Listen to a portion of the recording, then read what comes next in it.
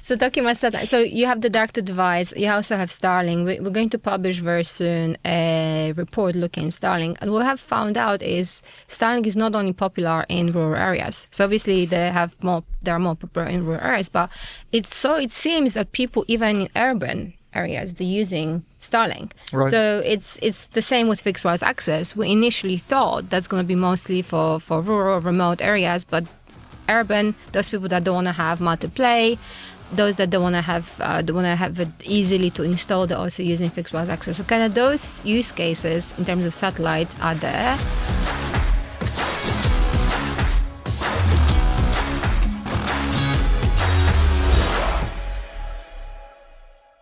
Hello and welcome to another Telecoms.com podcast. We're back from Barcelona, just about recovered.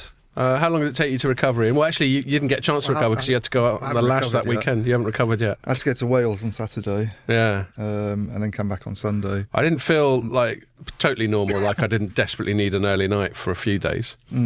And we're welcoming back special guest Sylvia Kashish from Open Signal. Who was the last time we were on the pod when we did it a year ago from Barcelona? Yes, I was. It was. Okay. The old fashions. Yeah, yes. when Danielle brought the old fashions. Yeah. Which were much better than the jellies, I think, this year. How were the jellies? You had jellies. She brought jelly shots. Yeah, jelly shots. Yeah. That's like pretty much student time having jelly shots. Yeah. They didn't really do anything. Well, you know what Danielle's like? She likes to try wacky stuff. Okay. Yeah. I don't want to sound ungrateful because it's no. It was a cool idea. Very thoughtful, but they were a bit odd, I thought. Well, yeah, it's an odd concept, and you're never sure how pissed you're getting off them because you like knock one or two back, but it doesn't kick in as quickly as if you'd done a shot of tequila or something. Yeah. There's a kind of like a students in Poland. Yeah. What you do, you just mix vodka with jelly shots, but that kicks go very quickly. Plus, it's a very, very a cost-effective way to get drunk. Yes. Yeah. I don't think it's a thing anymore, is it? Well, try telling Danielle that. Sorry, Danielle. I thought it was cool. Don't listen to these lot. Ungrateful. Yeah, you know what I mean? Never again. No, it was really cool, and it was nice that she did it. I just didn't enjoy them as much as the old fashions. One of the old fashions were pretty special. That's just me. Well, one of the reasons probably was because she couldn't. She had to come in the second tranche. Yes. But that was all cool. So it's good to see you again. I thought we'd just get you for our full proper wrap up. So thanks a lot for coming along. Thank you for having me. Did it take you long to recover from Mobile Congress? Yeah, I was snoozing most of Friday. Yeah. But a bit worse for wear.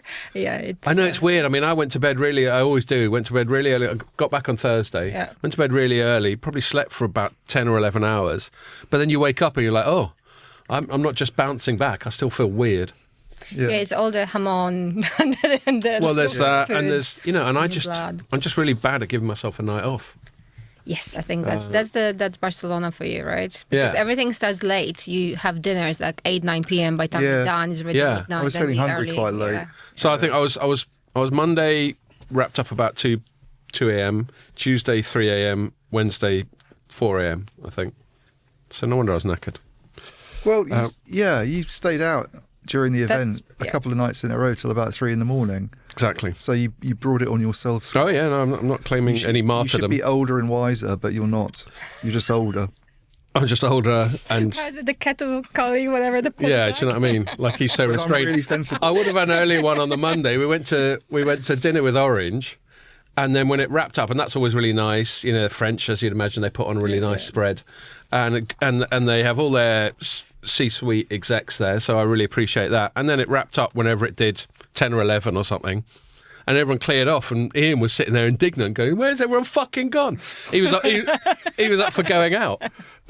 So I have obliged. So I felt compelled, yes. Sylvia. I was going to be sensible, so I blame it all on Ian. We only had a couple though, didn't we? We only had a couple, but that still meant that we got to bed quite late. Anyway, it's got to be done. But yeah, each year I'm not getting any younger. Each year I sort of think, Jesus Christ. But anyway, it's all good fun, and so this pod we're basically going to reflect on Mobile Congress, mainly the themes, but we might talk a bit more. In fact, I've got to blame you a little bit, Sylvia, because the first night I might not have stayed up so late. Yes, if you hadn't come and joined us. Yeah, so we were out with friends of the pod, Mary Clark, all the people from CC Group. Yeah. In fact, I've got to give another shout out to CC Group. Hoffman. CC Group. No, I'm not. No. I can't be No, bothered to call them no. Hoffman. No, fuck Okay. it. There'll always be No. there'll always be Twitter. Okay. There's no X. There'll always be Marathon, not Snickers for me. Showing my age there. Marathon, yeah. Yeah, that's going back, isn't it? Well, at least it means something. What does Opal Fruit's not Snickers mean? Starburst. This is all going back. Yeah. CC Group and Babel made sure that at the place that we go on Wednesday night, I probably shouldn't say in case it's secret. We don't want random No, to get don't say crashing. it. No. Yeah. Because the place we there go are on already Wednesday. some complaints that it's become a bit clienty. I see. Oh. Fair enough. So I don't think... Anyway, so the place we go, they put money behind the bar, so I'm very grateful to both of you. Thanks a lot for that. And I suppose doubly grateful to CC because they were buying us beers on Saturday as well. And then you and Mark from Buchla Yes. came along. Yes. Mark lives in Barcelona, doesn't he? He does, yeah. Yeah. And so that was a good night, wasn't it? Yeah, it was. Got really excited with being in Barcelona, but yeah, it was good. She was It was buzzing. good. Well, you were. I I didn't remember. see you guys in a while. Right? Yeah, no. I was really pleased you came out. So that was all good Maybe fun. not in the morning, but yeah. Yeah. Well, we all made it to the Nokia thing, didn't we? Yeah, that's true. That's true. Yeah. That is very true. Okay. Before we go any further, I'm delighted to announce that this podcast has a sponsor. Unperturbed by our unorthodox style, Cohere Technologies has decided to take the plunge. For any listeners that missed our previous pods with its CEO, Cohere is the innovator behind Universal Spectrum Multiplier software for 4G and 5G and Pulsone technology for 5G and 6G coexistence, ISAC and NTN. Thanks a lot, Cohere. Your support is much appreciated. So that'll do for opening bollocks. We might get back into some of the stuff that we got into there. So we're going to just do a recap of the event and the main themes and all that sort of thing. I think we had a little chat beforehand and we decided to keep it quite fluid, but we've got some themes on our mind. But I'll pass the ball to you. Perhaps, Sylvia, just before you get into particular themes, just any thoughts on the event on the whole, how it was for you, how it compares to previous years, whatever you want to say on it? I think I've been doing this event for quite a while now. How many have you been to? Goodness, I even come to the one that was the summer one. That was 21. Yes. The one where there were only about 3 people there and they were all students. Yeah, I think the only one hall was open. So probably out of 14, 15 years, I don't want to count. Just That was 11 for me. yeah, I think it's 11 for me many, too. Many. But I think this year I definitely felt a little bit quieter, I would say, a little bit different. I mean, obviously not everybody could travel. Yeah. Day 4, Thursday was full of students. So I think the 105,000 people that supposedly were. What did you at think of the NWC? 105,000 people count? No. Well, I was going to talk about that in my bit. But Oh, okay. It's not fun there. Yeah, I mean, it felt busy.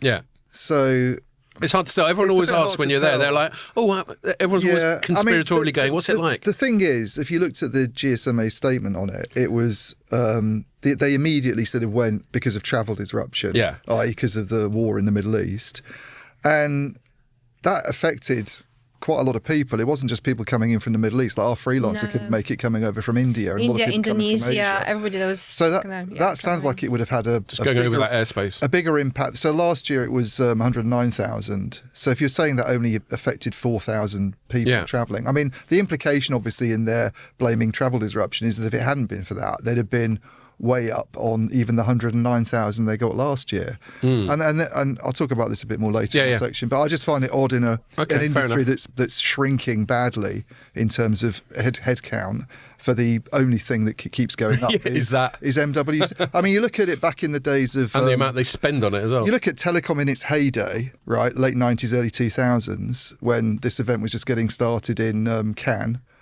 and it was tiny. It was like 6 people went, including Ray LeMaitre.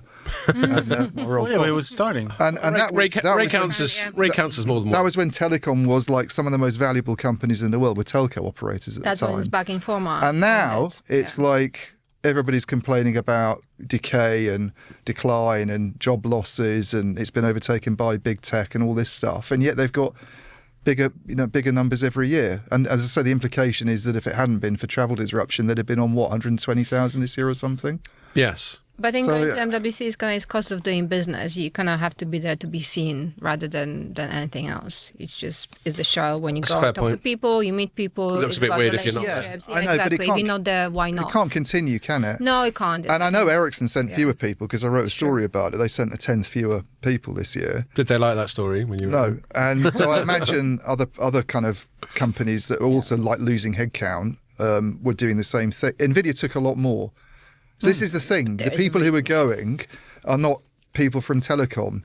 And I think the GSMA statement was like 58% of attendees this year were from adjacent industries, which I think is a bit of How a do you curious. define, right? Exactly. How do you define Is it Nvidia? it cloud? Is it Nvidia? Exactly. And I think like back in the day, I remember when you had all those cars in the show when IoT is supposed to be the most amazing thing. Yeah. Next thing, we don't see that many cars. We've seen dancing robots, right? Yeah. So you've seen the robots. I mean, But even if it's like, if you assume it's adjacent means like non-traditional players to some extent, like the cloud companies and Nvidia and people that weren't in it, does it suit the interests of the telecom industry to have a show that's increasingly becoming a general tech show rather than a telecom show? I mean, they are a lobby group for the telco industry, and they're getting most of their money these days out of big tech, potentially. I think there's a bit of a kind of disconnect there. It is. And I think we'll have to figure out what next, right? Because when you think about, we're going to talk about their themes, right? So definitely you're going to talk about 5G, 6G. I mean, we are in 2026. We're kind of halfway through if you think about a decade being one generation, we're halfway through to 6G. But we still haven't properly monetized 5G, right? You think about fixed wireless access, right. which is the poster child, the golden child of 5G, kind of accidentally happened. But then you think about like speed tiering, network slicing. It's just maybe a handful of operators are doing that, but we still don't know whether they monetize it. So I think Exactly. my feeling from the show, it feels like we're growing up as an industry and realizing that there's no more golden eggs to be laid, whatever the saying is, because we're in decline, right? The telco industry keeps on declining, the revenue decline. We've heard time after time that 6G it cannot be a hardware upgrade. You need to be software upgrade because telcos don't have the money to invest into next G because it's not.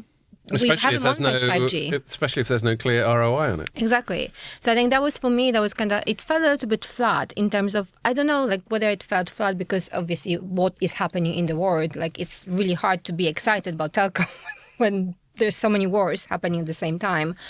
But also on the other hand, I like the fact that we become a bit more realistic about where we are.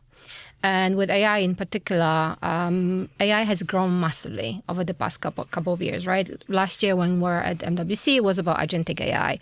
This year is a little bit more discussion about what AI really means, that we need to be able to trust. You can't just let agents run wild on the network because somebody has to control it. You need still the human oversight because we're not there yet.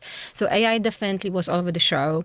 We had the 5G, 6G conversation. There was quite a bit of direct-to-device, so D2D, quite a few announcements.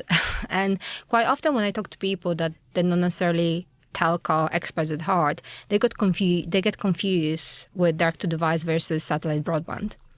These are not the two same things. I mean, you have Starlink in there, Starlink offering D2D and offering satellite broadband, but these are two different things. So one's going to the dish basically Yes. on your house kind of thing. Yeah. And one's going to the handset. And I'm trying to pull out the numbers and my computer obviously is not working. But We need to get you on the Wi-Fi. No. I just went to sleep. But like you had AST Space Mobile saying that they're going to be able to reach speeds per cell of 120 megabits per second, and then SpaceX Starlink Mobile, they have rebranded to Starlink Mobile, and they're going to offer 150 megabits speed to users on a D2D connection by the end of 2027. I'm like, the obsession with speed. Do we really need 100 megabits per second going over satellite to your phone? We don't for majority of things that we want to do. And also, I think what people forget with D2D, it has to be clear line of sight. Yeah. So satellite cannot penetrate buildings. You have to be either like in the desert or... It's even worse at that than 3.5 gigahertz. But At a music festival. Yeah, the music, when you can see there's the sky, right? So there's a lot But in then there. the point Pierre makes about the music festival, and Ian's made this point a few times. What about, is the word contention? What about when there's lots of people who want to use it? Is that 150 megabits? Is that only if you're by yourself in a field? But most people but that's in the future. Right now, you cannot offer it. Right now, all but you even get. if it was, it still wouldn't work for a field full of people at a festival. Because then you've got thousands of people trying nobody thinks it's going to be competitive with terrestrial that I've spoken to. That's the thing. Because I've always wondered, the thing I don't get about satellite is why these big tech billionaires are so interested in it when it's only ever going to serve the not spots, the kind of 2 or 3% of the world's population that can't, or Scott when he goes out hiking and he falls down that ravine and it's like that film. Yeah. Shout out to Charlie Ashton. Yeah, every time we talk about hiking, Charlie gets a shout out. Yeah, so Charlie, let's use Charlie as a better example because he actually goes hiking. He will be. He will definitely get no signal. He gets attacked by a bear on the Appalachian Trail and he's able to sort of fire off a message and the helicopters come in and rescue him. That's the use case for satellite, basically. That is, because right now, and I'm just moving beyond the hundreds of megabits per second. Right now, all you can do is really send the SMS or have an emergency call, right? Because it's a very small, tiny antenna on your phone. Just absolute sort of last resort form of connectivity. Oh, I think Charlie says you can't because there's too much sort of tree cover for the satellite signal to get So you've got to climb a tree. That's not very practical. He's just going to have to get eaten by a bear, basically. And I think so there's lots of excitement about D2D. Like everybody's talking about that. But like ultimately, you either use the operators, satellite operators either use the operators, so mobile operator spectrum, they have the dedicated spectrum. And I think what's really fascinating is that with 6G, kind of non-terrestrial networks, so D2D included, that would be part of that. Part of the standard. Right. Which before there was a bit of a fight between satellite and telco industry for the spectrum, right? So this is quite an interesting... Who are the guys who are doing the kind of direct-to-device stuff? Is that something that AST is doing? Yeah, AST, Starlink is doing that. Skylo is doing that as well. Okay. So there's quite a bit of partnerships. And I think like everybody's trying to up themselves in terms of how many partnerships with operators they have. And what's quite interesting is that Australia is the first country that have included direct-to-device as part of the universal service obligation. So quite a few outages in there. There's a lot of very thinly populated bits of Australia. Exactly. So it can, and there's nothing. You're going to put base stations up around sort of Uluru, are you? Ayers Rock. No, but I don't say that anymore. But then talking about... Oh, is that like a... Well, let's call it Ayers Rock. Because that's imperialist. Oh, that's not... The actual name is Uluru. Oh, that's what it's called, and that's the sort of Aboriginal name rather than the horrible colonial name. Yeah. Fair enough. You're not supposed to climb it either. Sorry, Sylvia. No worries. I just want to finish my thought. This is an important tangent. No, go on. Carry on. So talking about satellite. So you have the direct-to-device. You also have Starlink. We're going to publish very soon a report looking at Starlink. And what we have found out is Starlink is not only popular in rural areas. So obviously they are more popular in rural areas. But it seems that people even in urban areas, they're using Starlink. Right. So it's the same with fixed wireless access. We initially thought that's going to be mostly for rural, remote areas, but urban, those people that don't want to have multiplay, those that don't want to have it easily to install, they're also using fixed wireless access. So kind of those use cases in terms of satellite are there. Obviously, Starlink is immensely popular with people that want to say they have Starlink. I don't know why, but yes. Are there urban areas where you can't get, it seems ridiculous to say it in like the UK, but are there places in developed markets where you can't even get a kind of open reach connection or something? Well, to like using my example right now, my network has been pretty much down every single day. So I'm considering getting a second connectivity just to make sure, you get connected at all times. I think like talking to, again, Mark, he's somewhere up there in the mountains in Barcelona. Is he? Not jealous at all. And he said, I have Starlink as a backup connectivity when my main provider goes down. So we kind of like right now, simply because we're constantly connected. Do you know? I mean, we don't want to speak on Mark's behalf, but just as a ballpark, because that's my biggest thing, and I'm not the first person to say this, and Ian just alluded to it. We've got all these oligarchs getting involved. And in fact, we just wrote a piece on Telecoms.com today about how Brendan Carr, the FCC chairman, had a pop at Amazon on X or Twitter because Amazon was moaning about some. He never does that sort of thing. Yeah, Amazon was moaning about some application for more spectrum from Starlink, and Brendan Carr went, "Well, I tell you what, why don't fucking raise your game and put some shit up yourself before you start moaning about everyone else, which I thought was a decent cuss. Quote. Pretty much. I just thought it was a decent cuss, but it does beg the question. You've got Elon Musk, you've got Jeff Bezos, you've got all this money with people like AST and all that sort of thing. It's just not obvious to me why what the appeal of throwing so much money at this stuff is. Well, it's not obvious where the ROI is. I mean, who's paying? Where is the revenue from? Who's paying for it? I mean, traditional satellite, when you think about the GeoMeo, was asset tracking. So high value tracking of assets, that valuable. And I think satellite IoT ARPU was quite high, just because you have the iridiums and so on that people would pay good amount of money to be able to connect it. So I think when you connect things that are valuable enough, you can charge as much as you want, right? Think about private networks being put out for like mining of, I don't know, gold, diamonds, what have you. But I don't know, like for the general public... But Elon Musk did talk about this, actually. How much do you think it costs a month, Starlink, in UK? The dish is about 500, isn't it? No, as in the plan. 30 quid. 30 you know. He was asking me to guess. 30 quid then. The plan, £35 a month it starts. Right. It's so much cheaper than when it came out. It has massively declined. So again, we're not writing. I just want to give a shout out to Robert. The kit is expensive, but 500. No, actually, this is so the kit is expensive in certain countries. So in certain countries like Indonesia, Venezuela, there's a surcharge because there's so much demand on the Starlink broadband. Right. Okay. In certain countries, like in developed countries, like UK being one, it's pretty much the cost of kit is subsidized, and the monthly fee is not that expensive. So again, I don't know, like there's probably some bigger... But Elon Musk did the maths. If you remember when he turned up and Justin Springham from the GSMA interviewed him on screen. I forgot that. When was that? Yeah. So it was in the 2021 Mobile World Congress that was all remote. When he was in his tiny house. He did his interview on over a... I mean, Justin probably remembers that as one of the sort of biggest interviews he's ever done. Yeah, it was actually a really good interview because it was before Elon Musk had become a kind of total knob, and he was just talking about sort of the kind of business side of it. But he was saying if you can get pre-knobbed at Elon Musk, he was sort of saying if you get kind of 3 or 4% of the world's population, that's actually quite a lot of people. Now, right, some of those people are, people living in the Amazon sort of running around in loincloths aren't going to be signing up to Starlink, but you could still kind of target quite a lot of people. And if he was talking about it from a cost perspective, if you can sort of amortize the cost of launching and putting the things up is like the big expense. Yeah. Obviously, you get the constellation. And obviously he's got a whole business. And then he said that the challenge is not going broke at first when you're doing it, but then there's a path too. He was talking about the path to profitability. Okay. But I still don't quite get, because it still didn't sound like the kind of thing that would necessarily get a person like him very excited about it. He wants to land on Mars and he wants to take over the world. And well, you do have to wonder, whether you think he's a knob or not. He's a very smart, very productive guy, and you do have to wonder what sort of moustache twirling, cunning plan is going on beyond just a bit of incremental revenue from Mark in the Barcelona Hills subscribing to a backup system.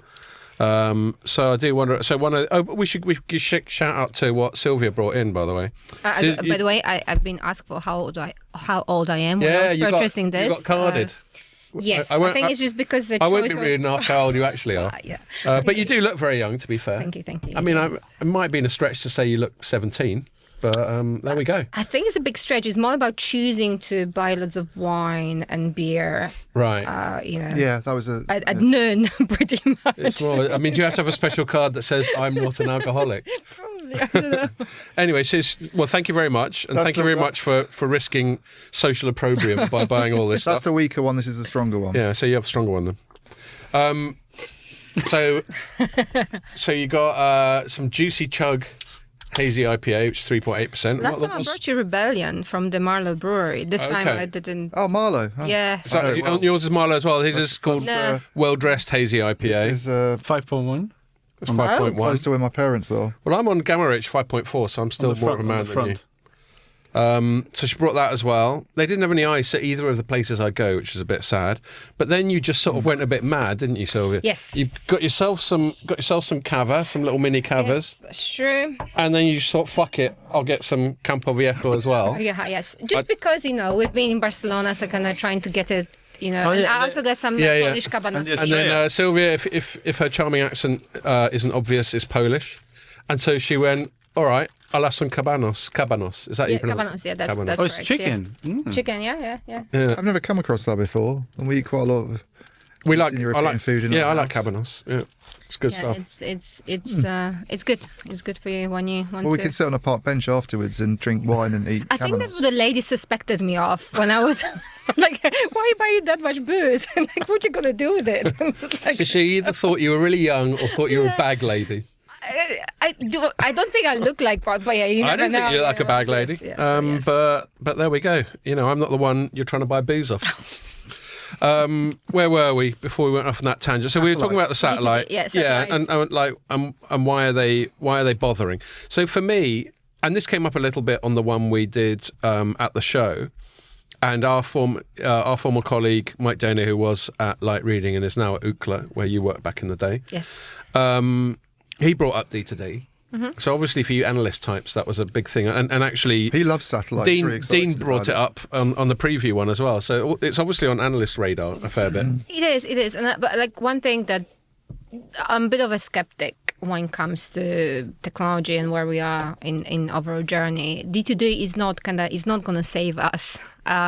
It's not going to remove all the no spots just because of the things that we discussed. And right now, the basic kind of satellite connectivity, direct to device, when we measure it, the latency is pretty poor. So it's like 4 to 5 times worse off than 4G connectivity. So when you think about relying on it for anything, it's not. I'm going to be it's good for not the robots. Exactly, but like even when again, That's don't my want to segment. bore anybody with that. But when you think about the Geo, like with Geo, that was really far away. With Mio came close, and then Leo, so the kind of the Amazons, the Starlinks, they're much closer. So you don't need to have the ground stations to kind of deflect the. Sorry, I'm losing you. But you're not. deflect the signal. I look like I was like going into some sort of. So the latency is getting better. That's the reason you can actually think about using it for anything related remotely being. So are you saying that we think that some of the use cases have yet to manifest themselves? Yeah. And that maybe clever people like Elon Musk are thinking 5, 10, 20 years ahead? Is there so when you think about it, the reason why 4G was so successful was not because it was 4G, it's because of iPhone, right? Because we started doing everything on our phones, we started ordering Uber. Yeah. Anyway, everything like video streaming and so on. So proper touch UI modern smartphones and then these new apps that took advantage of all that capability. Exactly. So if there's something that we can think about it, like that would take benefit of being always kind of on connectivity and what have you. I don't know. I think if we knew what it's going to be, we'd be very, very rich. Yeah, well, there is that. Yes. And do you get, without giving secret stuff away, but do you get when you're talking to people not on podcasts, do you get a lot of people wanting to know more about the satellite sector and your views on it and all that? Did you get a sense that there's a lot of market buzz? There is a lot of market buzz, but there's also a lot of confusion because people associate everything satellite with Starlink, and people kind of assume that the experience that we get on satellite broadband, which is quite large devices, versus the stuff that you get on your phone is going to be the same. It's very, very different because, again, you have very different form factor. So even the Starlink Mini, I think it's 7 times larger than the phone. Yeah. So it's big device because it, again, needs to be able to receive the signal. Do you think maybe operators are sort of overselling it a bit? Obviously, as ever, the American operators will tend to be the ones who are the most full on with their marketing, and I think they got in trouble recently, didn't they? Well, they They're get not in trouble all the overselling time it to for consumers, are they? Yeah. Well, a bit like people like T-Mobile have been bigging up this ubiquitous connectivity. Yeah, but you're aware of that because you're in the industry and you hear the messages, the press releases that come out about what T-Mobile is doing. I don't think are aimed at their everyday. Well, that's what I wonder. I don't know. I wonder if they are pitching it to consumers. I mean, I'm trying to put myself in a consumer position, and obviously it's quite hard because the lines blur when you're in the industry. But I don't think the average person in the UK is very aware of people talking about satellite a lot. VMO2 just launched O2 satellite before MWC, and I think we as an industry are more excited about it than regular I think so. Joe Public. I don't think Joe Public gives a toss. In and fact, you have to pay £2 to £3 to be able to access it, right? well, they probably think, some of them, that it's all satellite anyway. You watch these Hollywood movies where it's like, oh, the satellites are down. they're not working. No, it's like, well, mobile doesn't Jurassic work Park, that way. The second one with the big antenna. Yeah. It's like it's not done by satellite people. It's done by base stations on the ground. But so they probably don't even. A lot of the people don't. Is it like the one with the massive antennas? You go and talk to someone and mention a company like Nokia, which I did recently when I was with like one of my dad's friends, and he was like, "Are they still around?" Yeah, and I was like, think of the "They phones. They do all the infrastructure." And it's like they hadn't thought about how the phones work. It was just like this sort of idea that they kind of communicate. That's when it's really handy or something. If where you're sitting, if there are some radio masts, if there's a tower nearby, you can point to it and go, "That's what they do now." Yeah, if you drive And past they go, it, "Oh, boring." Those big white boxes at the A top. lot of people probably don't even know what those towers are. They're just No, they they're don't. just Or an they dressed up eyesore. as, like, I don't know if you notice when you The travel. boilers. Some of them, they're dressed up as palms, right? They kind of Right. make them, Yeah. like, for instance, in Poland, people are against base stations because they think they cause cancer. Like, remember the times Yeah. of COVID with 5G, you know. But they're quite unobtrusive a lot. I mean, not always. You do see Yeah, the some ones that look stick like out. lampposts and shit. But they're often on rooftops in the UK, you know, so you don't necessarily see them Yeah. anyway unless you're looking up and specifically looking for them. I think people are quite oblivious to the infrastructure. Could that they be supports covered in their like phones. fake leaves? Yeah. Yeah. So, like, Doesn't it affect the signal? And so on. No. Yeah. I think there's more issues than signal. So yeah, so move, like So we talked turning about back to the satellite, yes. yeah, So yeah. satellite, we kind of discussed that. Like, lots of excitement, lots of news. What about the European Space Agency and GSMA Foundry offering 100 million for projects to accelerate the convergence of space and mobile industry, whatever it means. Okay. So that's an interesting one, that convergence, and you touched on that earlier as it being part of the 6G standard and maybe the two areas not being Yeah. complementary rather than competitive. I mean, again, so the base proposition for satellite, especially direct to device, is a sort of coverage safety net. Okay, and you'll have various things like when you're on Wi-Fi, and then you'll revert to normal cellular when you're out and about, and then when cellular lets you down, then you can fall back onto satellite, and that'll be the only time you use it. That's why I'm sceptical about it, because it feels like quite a niche, extreme use case. But it's obvious to me from some of the buzz, some of the talk we're hearing at the show that the industry thinks that's quite a compelling market proposition. I'm still not sure why they think that. I think it's because a lot of operators, like when you think about Japan, they want to have universal coverage. Yes, right? ubiquitous connectivity. Ubiquitous Yeah. connectivity is the goal. It has been the goal of this. But they don't get to charge extra for it though. No, but they get the perception that they're The perception, providing. Right. If someone else is doing it and their And they're service not. is It's kinda me everywhere, too. Yeah. Yeah. you complain. You go somewhere and you lose. I was in like Woburn not that long ago, which is like southeast of. It's not Yeah. like the Scottish Highlands, Yeah. and it's a not spot. There's like a bit of Woburn High Street where it's. And you're like, oh, you for can't- fuck's sake. Like I was going to complain to Greg McCall about it. Oi, Greg, I'm in Woburn. What are you playing But at? you're standing on the street, and the reason it was an issue is I'd just done a really long walk with a friend, and we were supposed to be getting picked up by his wife. Right. And she said, like, call me when you, Yeah. because they were in Leighton Buzzard, and go and get a drink, but call me and let me know where you are. We couldn't get a signal anywhere, and then you realise. Shit, I reckon they could get a signal. They just want an excuse to get pissed.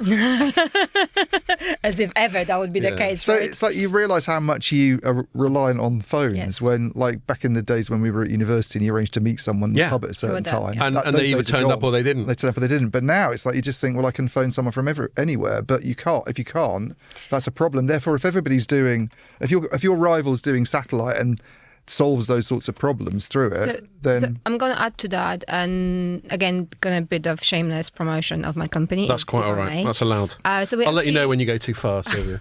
we have access to different data sets. So we not only look at measuring how the network performs, but we also can see subscriber movements, so kind of switching, flow share, and so on. And we can understand what network parameters drive propensity to switch, to churn between different operators and so on.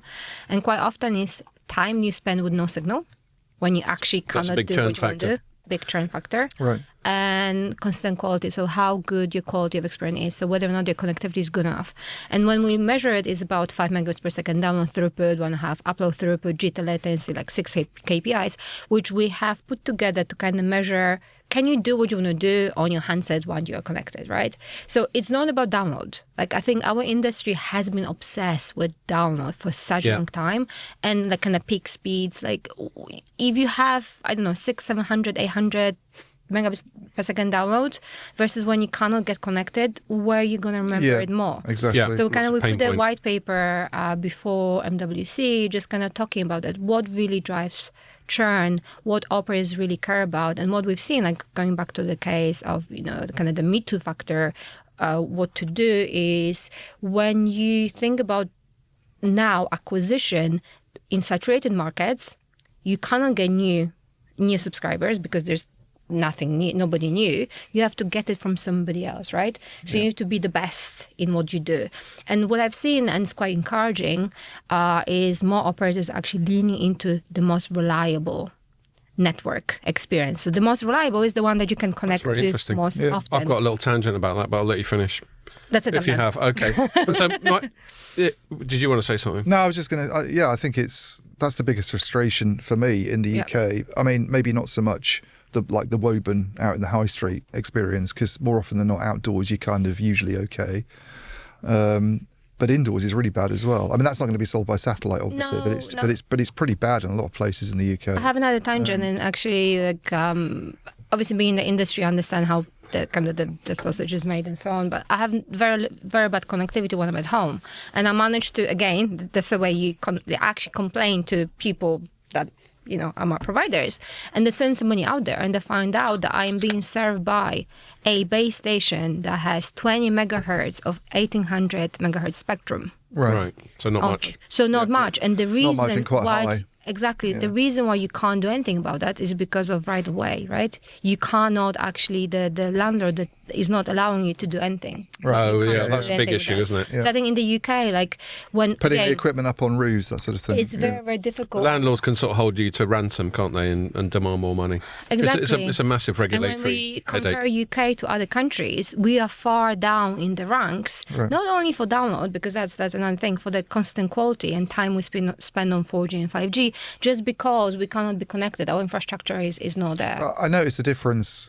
Like, one takeaway from MWC for me is how good the connectivity is. It just works. I mean, I didn't even feel the need to get in the Fira or in Barcelona. I mean, not even I imagine hotel, being in the everywhere. Excel Centre, I'd have been like connecting to Wi-Fi on my phone, right? And I didn't even, because I don't pay roaming charges. And there's 100,000 people there. I mean, of a given day, a bit less. It was 4 or 5 bars all the time on the metro, anywhere in Barcelona, in the Fira. It's like Spanish connectivity. If the Spanish could do it, why can't we? Hey. Well, it also makes me wonder about all these, Europe's lagging on 5G rollout, they're rubbish compared to America.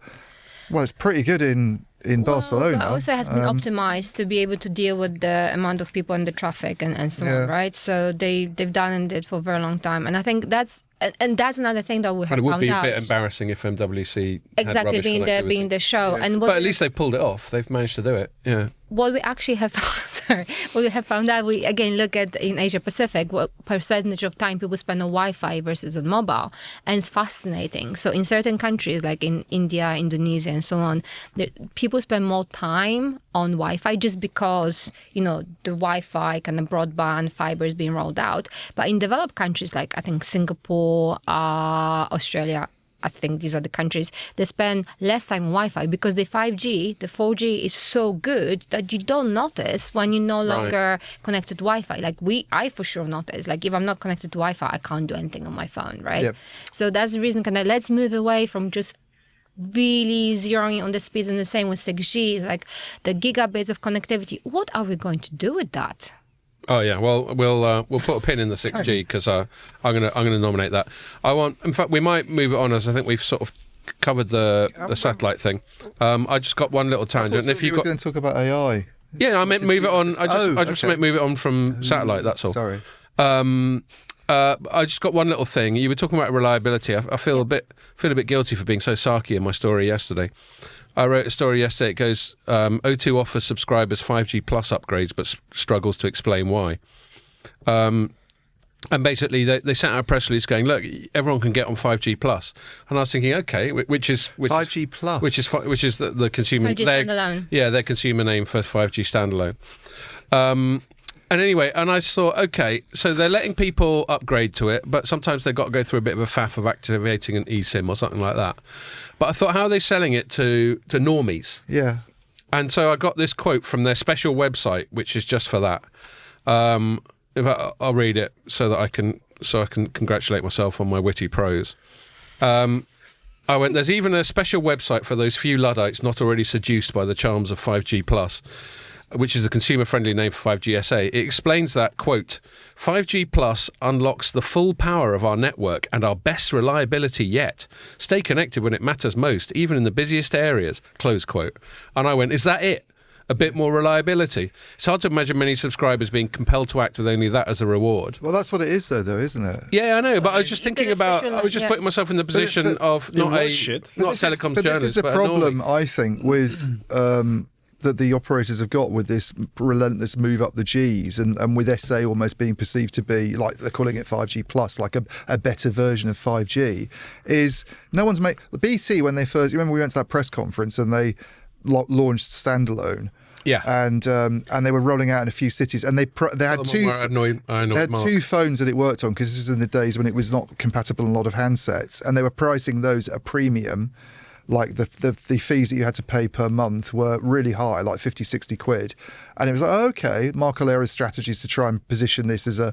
What happens now? I didn't even know I was on standalone on EE. I had to look, I looked up and it's like you are automatically, because of your plan, you're on a standalone. Well, actually... So they're not even doing what VMO2 is. They've just put you onto a standalone connection. That you're on standalone? Can you actually see a difference? I mean, Gabe did... How did you know you were? Does it say on your phone? It's just built in. It's like I looked up my plan and because I was doing a story on it. Okay. That story that I said there's no revenue benefit to being on standalone. Yes, basically, I think was a takeaway. But I'd noticed that BT had stopped making a lot of noise about standalone. And if you go to certain of I'm a SIM only plan. I looked up the details of it, and it's like if you look at the small print, you're basically on a standalone connection. They've stopped trying. There's more handsets that are compatible with it now. It works on an iPhone 14 with a software upgrade. They've stopped trying to price it at a premium. Basically, you just end up on it if it's available in your area, essentially. And I don't really notice a lot of difference, although Gabriel Brown, who's kind of a colleague in Omdia, I used to work with him back in the day. He did an article for Light Reading, like just before Mobile World Congress, about his experiences of tests, because he's not on... I think I'm not even sure if he's an EE customer, so he got a kind of device that's compatible and did not a drive test, but the kind of things walk that you guys testing. do. Yeah, he did walk testing, and did a story on it, and he thought it was pretty good. But EE service is quite good. It's not like I've got massive complaints, other than some of the indoor stuff I don't think compares very well with being in Europe, as we were just saying. But compared to the other UK operators, they're actually quite good anyway. But I haven't noticed a huge difference from the days when I would have been on non-standalone. Being on standalone. No, well, that's so again, this is brilliant, because I did a piece on that just before MWC, and most countries you do see an uplift in download speed, but not in all of them. It depends again whether or not standalone has been optimized, and also depends on what operators has done with it. So in Brazil and Germany, you actually see a worse off download speed on standalone than on non-standalone. Yeah. Right. And the whole premise of latency being better, kind of like when you think about back in the days, 5G, the triangle, enhanced mobile broadband, ultra low latency, massive IoT, ultra low latency, apologies. Yeah. And then you have the latency. I'm going to test you on the hexagon later. Yeah.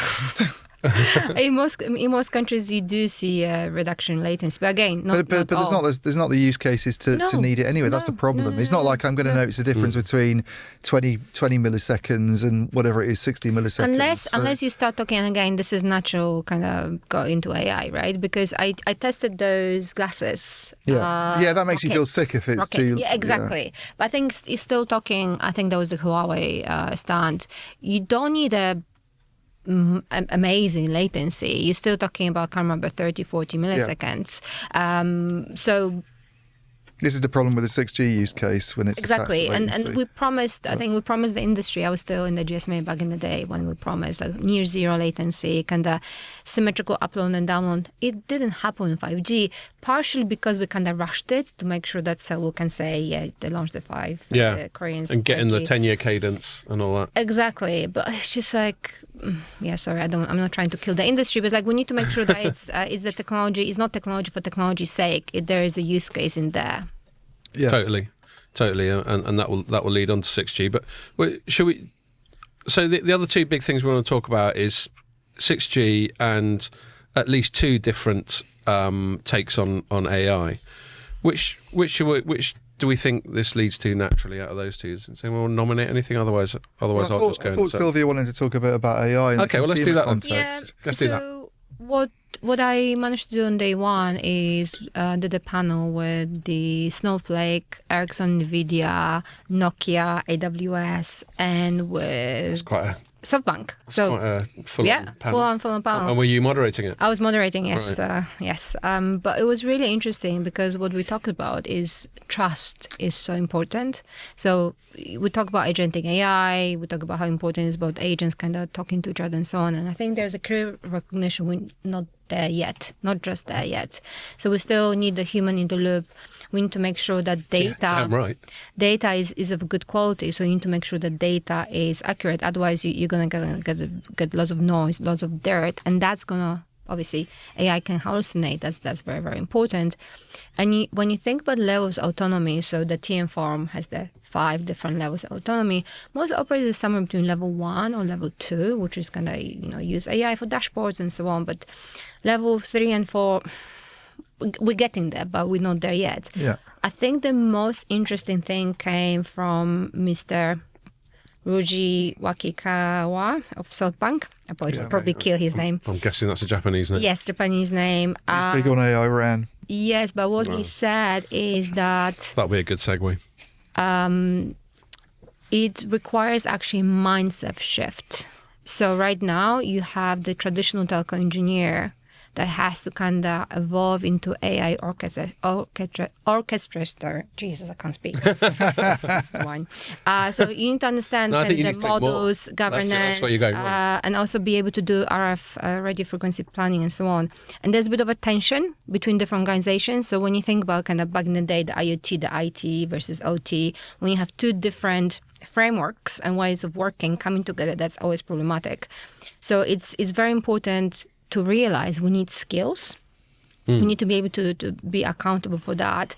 And there's new ways of operating and so on. And what came out on the back of the panel was recognition that trust trust could be very much lost. And I like what lady from NVIDIA said, that it's about, again, quality of data, dirty data, so the not reliable data can very much turn into liability. And then the question is, who is liable if something goes wrong, right? But we had that. I did a panel with a vendor called Technotree, and that was a theme of. Well, I did a few panels for them. That was the theme of one of them, and so yes, there was a concept who owns it, who's responsible for it, as you say, accountable. Yep.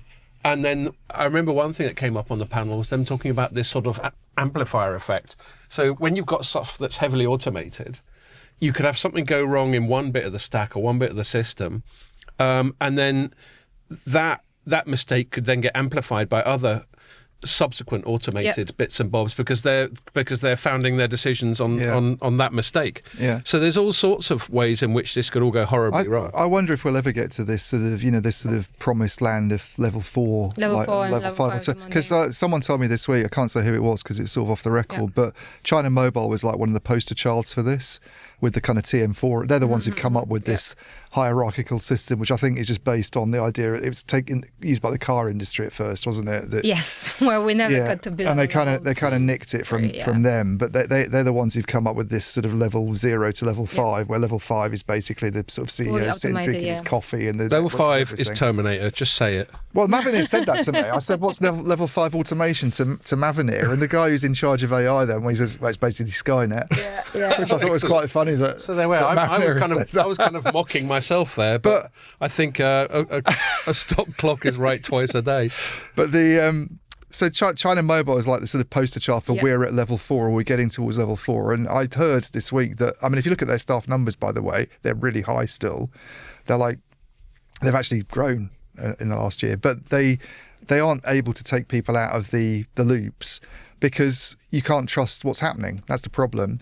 So you still, even when you've kind of gone towards having these AI agents there, and you think you're kind of closer to having a kind of level 4 minimum human intervention sort of thing, you've still got people that they might not be doing as much, but they're still kind of watching over it and clicking buttons and supervising the whole system, because nobody wants to let the machines and I'll tell you, take control. There's a psychological aspect to this. I was thinking about this the other day when I was listening to a podcast on this.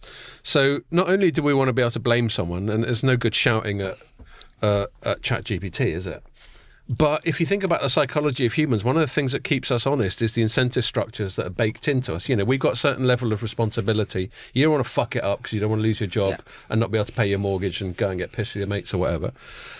So we've got all these incentive structures that are baked in, whereas AI doesn't go out and get pissed with its mates. So it doesn't have all those incentive structures. But the other thing is, like, people, like some of the apologists for AI sort of say, well, people can make mistakes as well. So why are you happier to sort of rely on people than AI systems? But the difference is accountability. And I think the big difference is if a person has an accident in a car, you put it down to, like, they're a bad driver, or they were drinking too much, or something happened. The lawyers, where there's a blame, there's a claim, and all that. Exactly, and there's better drivers. If a self-driving car crashes into a person, you think there could be something fundamentally wrong with the whole underlying system. Or it could be nobody's fault, and then what do you do about that? Well, but I'm saying why people are more worried about technology and less prepared to trust it. I think because when a problem happens, it could be a systemic problem. Yeah, it could point to something wrong. It might not. If a self-driving car that's supposed to operate on the same software as every other self-driving car has an accident, you can't attribute it to that bit of software getting pissed. You know, or like just not being very good at doing something. And I think that's one of the reasons why people worry about technology. Yeah, exactly. Also, there's different decision-making process. I think there was quite a famous case when the autonomous car crashed into somebody because the decision was made that it's better to sacrifice somebody else. Those ethics ones. So it's the ethics. Like, so you naturally, when you're driving, you will try to avoid crashing into somebody versus when you have X number of people in the car, But I'm thinking if you take it into sectors where someone's not going to get killed, like telecom or whatever, or banking, because there's stuff today about people apparently being able to see other people's transactions. It was Lloyd's, wasn't it? And there's no mention that AI is to do with this. But I bet you anything, something will come out that there's some software issue. That's the Big Brother, right? Yeah. This is all. But as soon as there's a problem with that, you think it could be a systemic problem, and therefore it could go much deeper, rather than someone just fat fingering a key or something and making a mistake, where it's like, oh, it's just a one-off because someone screwed up. That's the difference, I think. That's one of the big differences. I think the big challenge also is, and this is something we talk about in the panel, again, Vidya mentioned that they're using synthetic data to simulate certain possibilistic ways of doing things, and kind of, again, as opposed to digital twin. Digital twin came up again, like, remember 10 years ago it was digital twins. We're again talking about digital twins. But I think it kind of makes sense in a way when you're using data, trying to understand what's going to happen in the future. And the challenge is that when you have bias, right, when you train on bad data, whatever data, you're going to have biases that are going to amplify and so on. So I think there's a real world challenge in there. We know that AI can hallucinate. I mean, I was talking to some of the colleagues at the Nokia event, journalist colleagues, and like, you're not allowed to talk to other journalists. I'm sorry. Apologies. I'm so sorry. But I was talking. Betrayed. Well, as I said, I work with everybody. So. All right. And they were saying, like, the big difference is in terms of some of the jobs is not necessarily writing, but other things that used to be done by journalists. Right now, AI is writing quite a lot of press releases and what have you, right? So naturally, I think we heard a lot about AI kind of taking away jobs and so on, but we don't know what jobs AI would create to do. So, and again, this is my rant. I've seen a really interesting chart. Like, I love charts, I love data, and it was showing the correlation between ChatGPT and the unemployment across people that just finished uni. Yeah, and there's massive correlation, because if you want to have a intern, why would you hire an intern? ChatGPT or whatever, Gemini, like proprietary names, it will be your intern. You can ask to do lots of research and what have you. Steam Bubbly. So we'll just need to become experts he's to out of blame. out of the gate. Yeah, just experts right away. Well, exactly. No, How are you going to manage people, right? You need to. you make a really good point though, because for a lot of white collar graduate jobs, what the young graduate brings to the table is, firstly, just a willingness to work their arse off, and secondly, whatever they've crammed their brain full of while they were studying, and obviously, if you can replicate that. But what they can't bring to the table, by definition, is sort of experience, Making and coffee, professional networks, and all that sort of thing. Which is where those of us, I know you're much younger than me, but those of us who've been around for a little bit can say, all right, maybe AI can replicate this, that, and the other, but they don't know the people that I do. They don't. They haven't had the experience. They haven't had commercial connections. All that sort of thing. So yes, it's a nightmare for entry-level white collar, and as we've said before on the pod, the thing about that is that will start percolating up over the years. When you've got no entry-level, when you've got no 20-year-olds, then in 10 years' time you haven't got the equivalent 30-year-olds, and so on. I think you just need like Luke Kehoe was. He was like an expert out of Kehoe. Yeah, Kehoe. Before 20 years old. But Luke's But he started when he was 12. Exactly. Like that. Just start when you're 12. That's Yeah. it. Yeah. Just writing blogs, and reaching out. Yeah. Yeah. Luke's a one-off in terms of being precocious. Maybe he is an AI. Oh. But again, you don't see He did many. say- I'll be Sorry, if you listen to this. Oh my god. But he said it in an Irish accent. I'll be back. Okay. Irish accent is a nice accent. Yeah, that's it cool. is. Yeah. Yeah. So where were we before we went off on that AI. tangent? Yeah. AI. So we still talk about AI. So Yeah. again, that was kind of what we heard from at that particular panel. But my brilliant colleague, she was walking the halls and trying to understand, what sort of requirements there are from current networks to be able to support AI. So we don't really see, like, everybody's now excited. Again, goodness, hopefully this is not going to get me fired, but uplink. We don't really need massive uplink for the current AI, kind of mostly passive Might not get AI you use fired, case. but Ericsson won't like you saying that. Yeah, well, it is Too what bad. it is, right? Well, it is what it is. But like when you think about smart glasses, again, like not massively. Well, you need more uplink than you need downlink, right? That's correct. But when you're thinking about it, when again she was doing a bit of a testing, trying to understand at what point the ChatGPT's kind of large language models they're not going to work when doing network. So throttling network at 160 kilobits per second. 500 milliseconds lag and 50% packet drop, the AI still work. So I kind of So this is working replicating a shitty network environment, and it still works very fine. much. It still So the works very argument fine. that we need super duper augmented networks to support it for is the undermined by that. current AI use cases, which is Yeah. mostly just using your AI companion, whatever else. For if we think about immersive reality, when you think about the glass and so on, yes, you will need to upgrade the network for the latency requirements. But right now, you can pretty much support. My main thing on the uplink thing is, if AI requires more uplink, use the uplink. But you don't. It's like, why is it a big deal? Because there's so much uplink capacity that hasn't been used. Well, as I think we covered on this There's not pod an after. issue that needs to be addressed with uplink. Well, as we covered on this pod after Ericsson's pre-MWC thing in London, and I chatted to Per Narvinger, the head of networks there, and he explained to me that it's not as simple as just suddenly switching on uplink capacity dynamically. It's something that you got to bake in. But I also take your point, Ian. There is quite a lot of on FDD. There's quite a lot of just unused uplink capacity. Yeah, I mean, he would say that. And Indeed. there's loads of FDD spectrum that was awarded, which is paired spectrum, where you use one channel for the downlink and one channel for the uplink. Now, that channel is always for the uplink. Yeah. And it's very lightly utilised. Optimized for It might not have downlink. been optimised for that, but I don't know what kind of investment it takes to optimise that uplink capacity. But it's there. It's not like they need a new spectrum award, and it's certainly not like they need a new technology to be rolled out to do it. And a new I generation had a of very technology. interesting conversation where we're talking again the requirements for AI and so on, and like even when we need to optimize for uplink, you don't need 5GSA to do that. You can optimize 4G networks for uplink as well. And I think right now we're a little bit caught in this drive to have the latest, freshest technology.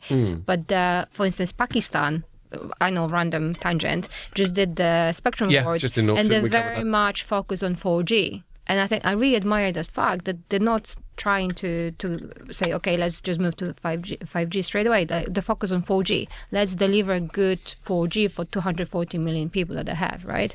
So I think there's lots of lessons learned from the industry, where we're heading and so on. Totally. But back to AI.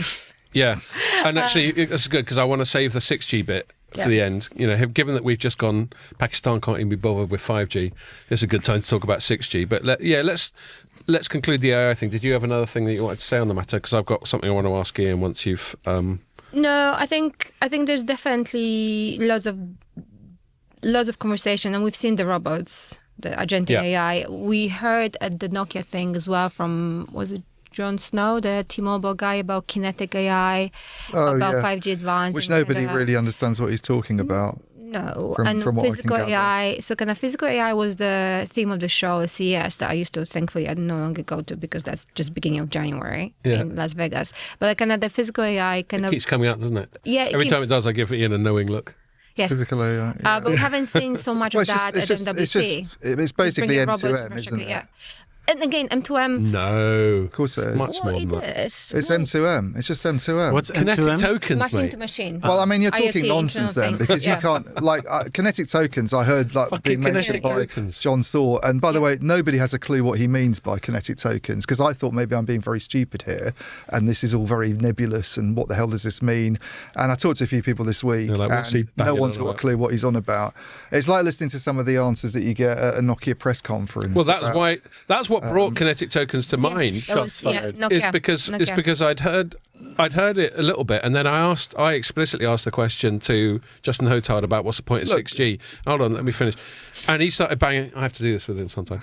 It gets a bit overexcited. And he started banging on about kinetic tokens. And I had to look it up. I had my laptop open. I had to look it up there and then to know what it was about. But I just thought it was still interesting that in his sort of mental database of answers, kinetic tokens was so high up his priority list for some reason.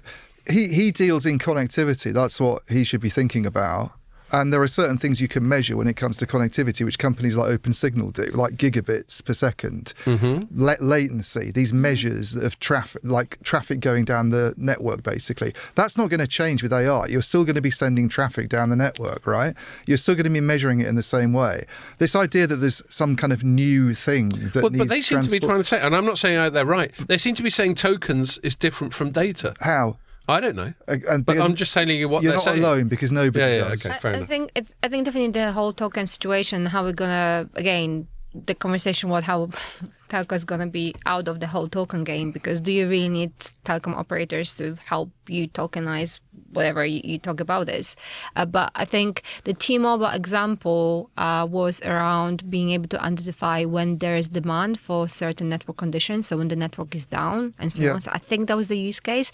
But again, if you put all this flashy new hype or the kinetic agents, kinetic tokens, and so on, it's just to a normal person that doesn't mean much. Yeah, I mean, and to me- when it's really hard to explain, like, what does it mean? To me, it sounds like they're trying to come up with a fancier label for network slicing or something. Like you need to treat certain different types of traffic. Prioritization, yes. Prioritization of Yeah, traffic. yeah. I get that. What like, you already have in the US with Totally. kind of the priority. but even then, the way that you measure those different classes of traffic, it's based on a few. Like some things require very high bandwidth connections and need to be delivered on low latency. Some things are bursty.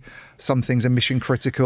So that's what you can do with network slicing. Like sure. when you look from the Android point of view, you can either prioritize bandwidth, Yep. latency, or communication, right? So Right. you have different ways you can prioritize with network slicing as it is right And it's still going to be the same in AI. It's like the point that William Webb makes. It's still going to be, it might be video traffic, AI generated video traffic, but it's still going to be video traffic. Yep. It's still going to be a case of you need, or, a connection for an object that doesn't require high bandwidth, but maybe there's some AI in the background. The AI is very irrelevant from a network connectivity perspective in that example.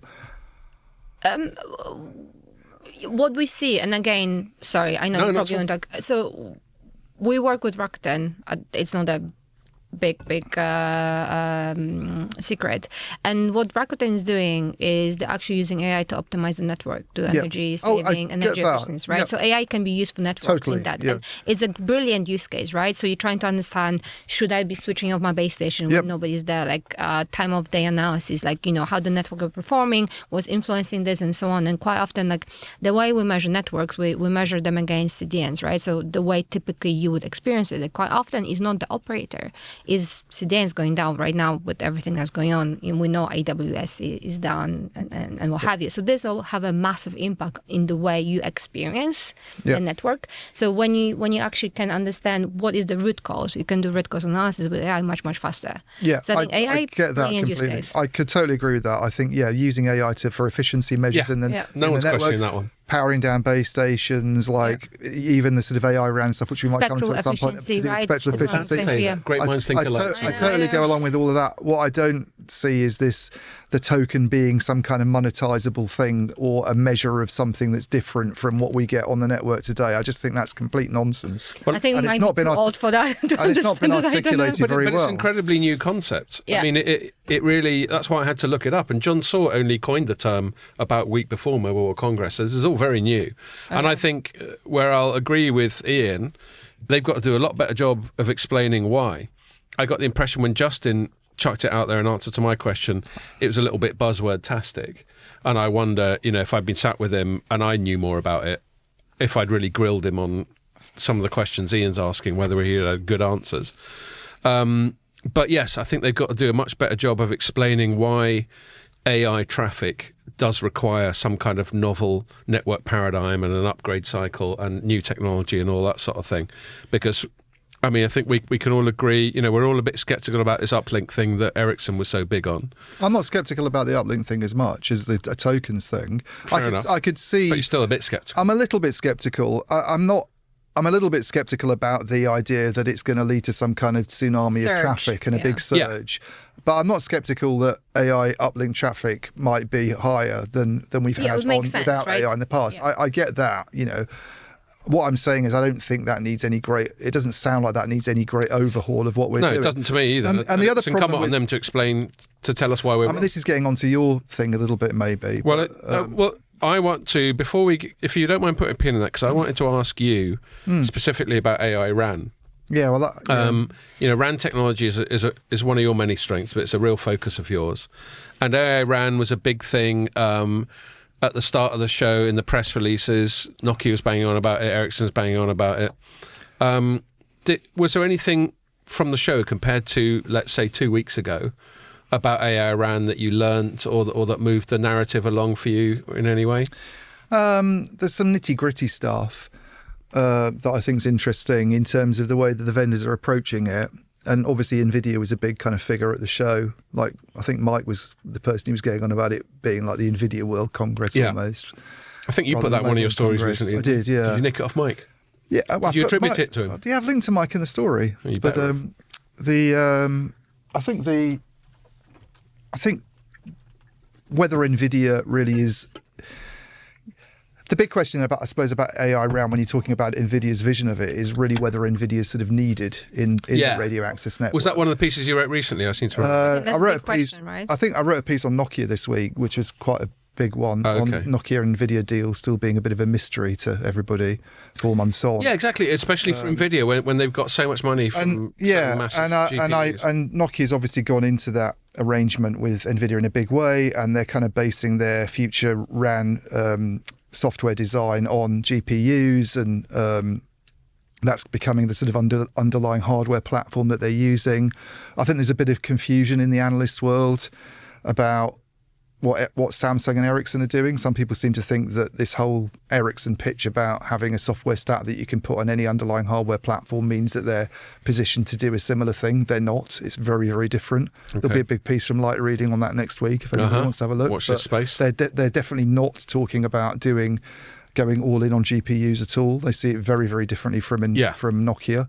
And so the question is whether these things that you were just talking about, Sylvia, like spectral efficiency improvements that you can realise through AI algorithm, like instead of using sort of human algorithms, taking those out and putting AI in, and you can you can make improvements on things like channel estimation and beamforming and this sort of stuff, and realise some improvements. That's all great. But I think there's not a lot of support for the idea that you need to have GPUs to do that. That can be done without GPUs. There was a massive press conference that Ericsson did in the run-up to the show where they made it very clear they're doing a lot of those things without the need for GPUs. The models that you have in the RAN, like the whole thing about the RAN is we want it to be as power efficient as possible. No one's saying we want to use more power at a radio access network site. That's a complete opposite message to everything that anybody comes out with. And nobody's running a large language model at a radio access network site. So this idea that you need a GPU to do that sort of stuff is, I think, kind of nonsense.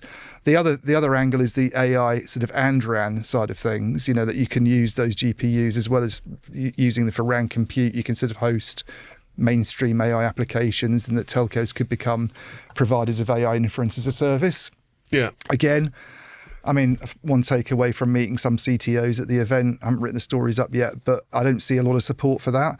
This gets to the latency. This, to me, is a resurrection of this argument about edge computing. Edge compute. I was about to say that. Yeah. Yes. So one thing I did learn, ago. one thing I learned at the show, which I didn't know, is that BT's edge computing thing that they were doing with AWS, Wavelength, if you remember, you don't hear much about Wavelength anymore. Why not? No. Because it's absolutely done nothing whatsoever. It's made no money at all. It's given rise to no new services. It's been a complete disaster. I remember being an IoT analyst, and we talk about edge computing and how you can have to bring compute close to the edge so you can do some of the use cases with IoT and so on. Did you hear a lot about sovereign? Yeah, I did hear a lot about sovereign. So I attended GITEX, I think May last year, GITEC Europe. It was all about sovereign AI, right? Obviously, for obvious reasons, we're talking about that. But again, the sovereignty, cloud, edge compute, it seems like those conversations is a bit of cyclical, right? We talk about this, we forget about it, we bring it back, and just it's... What it says to me sometimes is that they're, you know, I try not to be too much of a dick about it because it's my industry as well. But they're sort of bad. I'm not a dick. Instead of Flash, is that they're kind of groping for use cases, and one of the reasons these get recycled to me is symptomatic of them failing to come up with really novel, new, exciting use cases. It's almost like they go back into the well and go, fuck it, should we talk about latency again? I mean, if I'm going to be more optimistic, I could see AI core being a thing rather than AI RAN.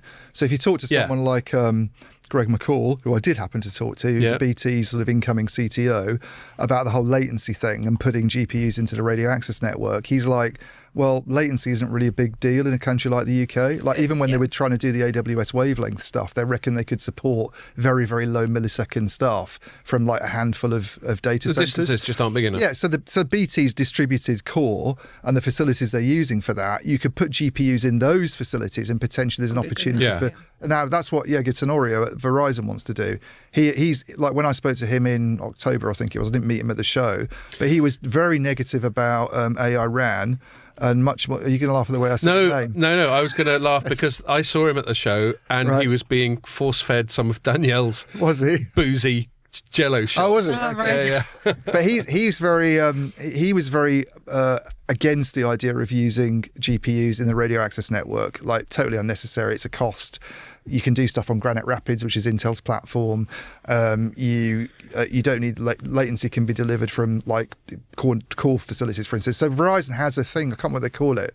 Sylvia, you might know. They've got their GPU strategy, Verizon, that's to do with basically trying to do like AI inference as a service. But they're not doing it from mast sites. They're doing it from and for people listening, data centers for whom this isn't completely obvious. It's just the matter of the speed of light, even the speed of light, quick though it is. If you're talking about delays of less than, of milliseconds, then the speed of light does come into play over long distances. You can't expect, there's still going to be some delay if I pick up my phone and chat to my family in the Canaries. Those distances mean there's bound to be some delay, even if the signal's travelling at the speed of light. Yeah. And then, the point you're making in smaller or mid-sized countries like the UK, there just isn't a use case for the kind of latency savings that you get from putting all this processing at the edge rather than at the core or data centres or whatever. But, I mean, it depends what you mean by edge anyway. Like, Indeed, that's a really good point. In a country like the US, if you broke, if you had a data center, like put the UK into the US, I don't know how many times over it would go in terms of landmass. Let's say you've got that many, and then multiply that number by the number of data centers. They probably call that edge computing. They'd say we've got loads of data centers across the whole of the US. We've got all these regional data centers now that are really close to users. The equivalent in the UK is one data center for the whole country. Indeed. The idea of them putting it at cell sites, so you've got like tens of thousands of these things. 20,000 in the UK? It's just I don't hear anybody being supportive of that idea at all. Here's the other thing. A lot of if this was such a big deal, if this was such an opportunity, and there was like $5 to be made for every dollar that you invest in it, which is silly numbers, but they're numbers that either SoftBank or Nvidia have come out with in the last year and a half to do with AI inferencing. Other people would be going into it, like the likes of AWS would be going into this in a big way and trying to sort of invest in, trying to partner with telcos and do this sort of stuff anyway, or just paying for it to be rolled out. That's a fair point, but then maybe telcos have got a head start. Why is Nvidia, if it's such a good idea, if John Saw's whole thing is such a good idea, why aren't they doing what they did with Nokia and pumping money into T-Mobile and rolling all this stuff out? Right. Yeah, fair point. By the way, I checked out the Verizon is called Verizon, AI strategy, which is Verizon AI Connect. That's it. In partnership with It must have taken ages to think of that. VULTR. Volt. Yeah, that's the one. Yeah, that's the one. So I'm going to move it on, but I want to give... go ahead, small tensions about data centers, because you mentioned it. Do you know that Saudi Arabia dropped their plan for the line? Remember the line? And Neos, not Neos. Neom. And they're Neos is something else. They're going to make him data centers now. So the smart city? No, it's just going to be data centers. Do you know who's in charge of that, probably? Our friend Tariq Amin. Oh, really? He's pretty much the number one. They're dropping the whole city plan. Yeah. He's gone all in on that part of the world, isn't he? He's like number 2 on their strategy for AI in Saudi Arabia now, I think. Pretty much. Yeah. He's not short of a bob then. No. Beers are on you, Tariq. Before I move it on, Sylvia, I want to give you the last shout on anything to do with AI, Iran, any of that sort of thing. Were there any other things that are in your mind from Mobile Congress or in general that you wanted to mention before I shift it onto 6G? Well, it might naturally get onto 6G because... Well, I think again, like when you think about 5G, AI is better an add-on, right? Because 5G has been deployed. With 5G Advanced, you're bringing AI a little bit more. With 6G is going to be built in from the get-go. So I think whatever we talk about AI right now, one thing that I would say is the conversation and the pace of development has moved quite fast. So I remember at least a year ago when you were using some of the AI companions, whatever you want to call them, it was a bit weird, odd. You were not sure whether you should be using and so on. Right now, it's improved massively. So the pace of development and pace of innovation is quite high. So I don't know what the future holds. Again, I think there's been quite a lot of disruption, investment, and continuous learning. So we're gonna see whether maybe if we meet in 1 year's time, we're gonna be talking to each other. We're gonna be talking via like agents and robots, Never. Exchanging tokens. Never. I hope if you have time, Sylvia, you'll come to the pub with us after. And we always say there's no AI replacement for going to the pub with your mates and having a beer and talking some shit. Yeah. Right. But go on. So I think one interesting thing, I was talking to people, because obviously every single company right now is using AI, and kind of one of the KPIs it is just to make sure you automate, you use AI to save cost and improve efficiency. And I was talking to engineers, because engineering, I think Copilot is what they're using. Like, I'm not gonna remember That's the Microsoft thing. Mm. Yes, so I think so. So I don't remember. Anyway, they're saying they're using a lot AI to help them with coding, and you can have multiple. Are you sure you're Claude, Anthropic? Well, that's the big I think that's a cloud. Yeah, that's GitHub Copilot was the original differences. one, yes. Yeah. So nonetheless, they're saying that it massively improves. It helps them to be able to do things faster and quicker and what have you. Because before that, you had to do all the code from the scratch. Right now, you can very quickly multiply, and so it is improving. It's making things go faster. So for sure, there is benefits, but there still needs to be human oversight. I think that's my key takeaway. I was going to say one more thing about AI RAM before you move it on, but I think the just on the NVIDIA involvement in the sector, because we did a podcast on the show where I think Ray Dolan of Cohere and Mike were very sort of quite excited about the fact NVIDIA is taking an interest in our industry, and then Mike did a little post on it afterwards, and it must be a good thing. It shows telecoms worth investing in. But I'm not quite sure that I think we should be wary of NVIDIA's involvement in telecom. I see like massive dangers in it. I think I'm with you. And because they're not just doing it for a laugh. Well, here's a risk from my perspective in this idea that AI RAN's a good thing, and that Nokia's sort of plan of going all in with NVIDIA and pretty much retreating from the purpose-built stuff they've been doing is a sensible thing. Is that Nokia had, someone described this to me, had a meeting of the minds with another analyst on a sort of phone call this week, who I won't say who he was, but he described it as it could be Intel 2.0. If you look back to 2018, 2019, they become very heavily reliant on Intel for their kind of chips strategy, and it backfired badly. They ended up moving to sort of quite costly, you wrote about this as well at the time, Scott, but quite costly sort of field programmable gate arrays for their 5G strategy. And the big problem with those was they're very power hungry, and it was a disaster for Nokia's sort of early 5G approach. A lot of the problems they have now actually stem from that loss of market share that they had back then when they lost Verizon as a customer, and you lose market share in the US, it's a disaster because that's where all the profits are made. So here's the risk with NVIDIA, is that if telcos don't buy into this big gamble that Justin Hotard's made on NVIDIA, if the market doesn't buy into this and think that it's a good idea to be using GPUs for RAN compute and then potentially trying to do something else with them, and Nokia, which is in a worse position now than it was in 2018, 2019, its mobile business is it wasn't very profitable last year, and this is the thing they're trying to sort of improve. If they lose more market share, and there were all these questions, you remember recently about Nokia maybe even being sold or pulling out of mobile, if it goes really badly wrong, what are we left with? We've got no Chinese vendors because they're banned. We've got Ericsson as the dominant force and a small kind of subscale Samsung. I mean, that's why I don't necessarily view this NVIDIA coming along and taking a massive interest in our sector necessarily as a very good thing, I've got a funny one here. Are you aware of a guy, he's quite prolific on LinkedIn, called Sebastian Barros? Yeah. Yes. And he doesn't name you, Ian, but the most recent he gets quite a bit of stuff from me, I think. Well, the most recent thing he put up, I think he might have read some of the stuff or heard some of the stuff you said. Anyway, it's quite funny. I also subscribe to his Substack, and he's similarly prolific on that. But he's ex-Google and ex-Ericsson, I think. Yeah. So he's got good credentials, and he does a lot of writing. I think opinions divided. So if you're listening, Sebastian, I think he's good. Feel free to correct me. Opinions divided as to how much AI help he gets on being so prolific, but that's another matter. Right. Anyway, so he put this thing up yesterday. Is that the one with Jensen Huang up a sky? That's right, yeah. And it goes, why is NVIDIA obsessed with telecom? We usually get geniuses wrong. Jobs, Tesla, Musk, Bell. We common mortals tend to look at things linearly, while brilliant minds tend to think exponentially. Right now, and this is a bit where I think he might be indirectly referring to you, Ian. Right now, there's a lot of crap out there about NVIDIA coming for the telecom RAM business. Really? A company chasing a $500 billion top line is suddenly mesmerized by a flat $30 billion radio market? And then this is my favourite bit.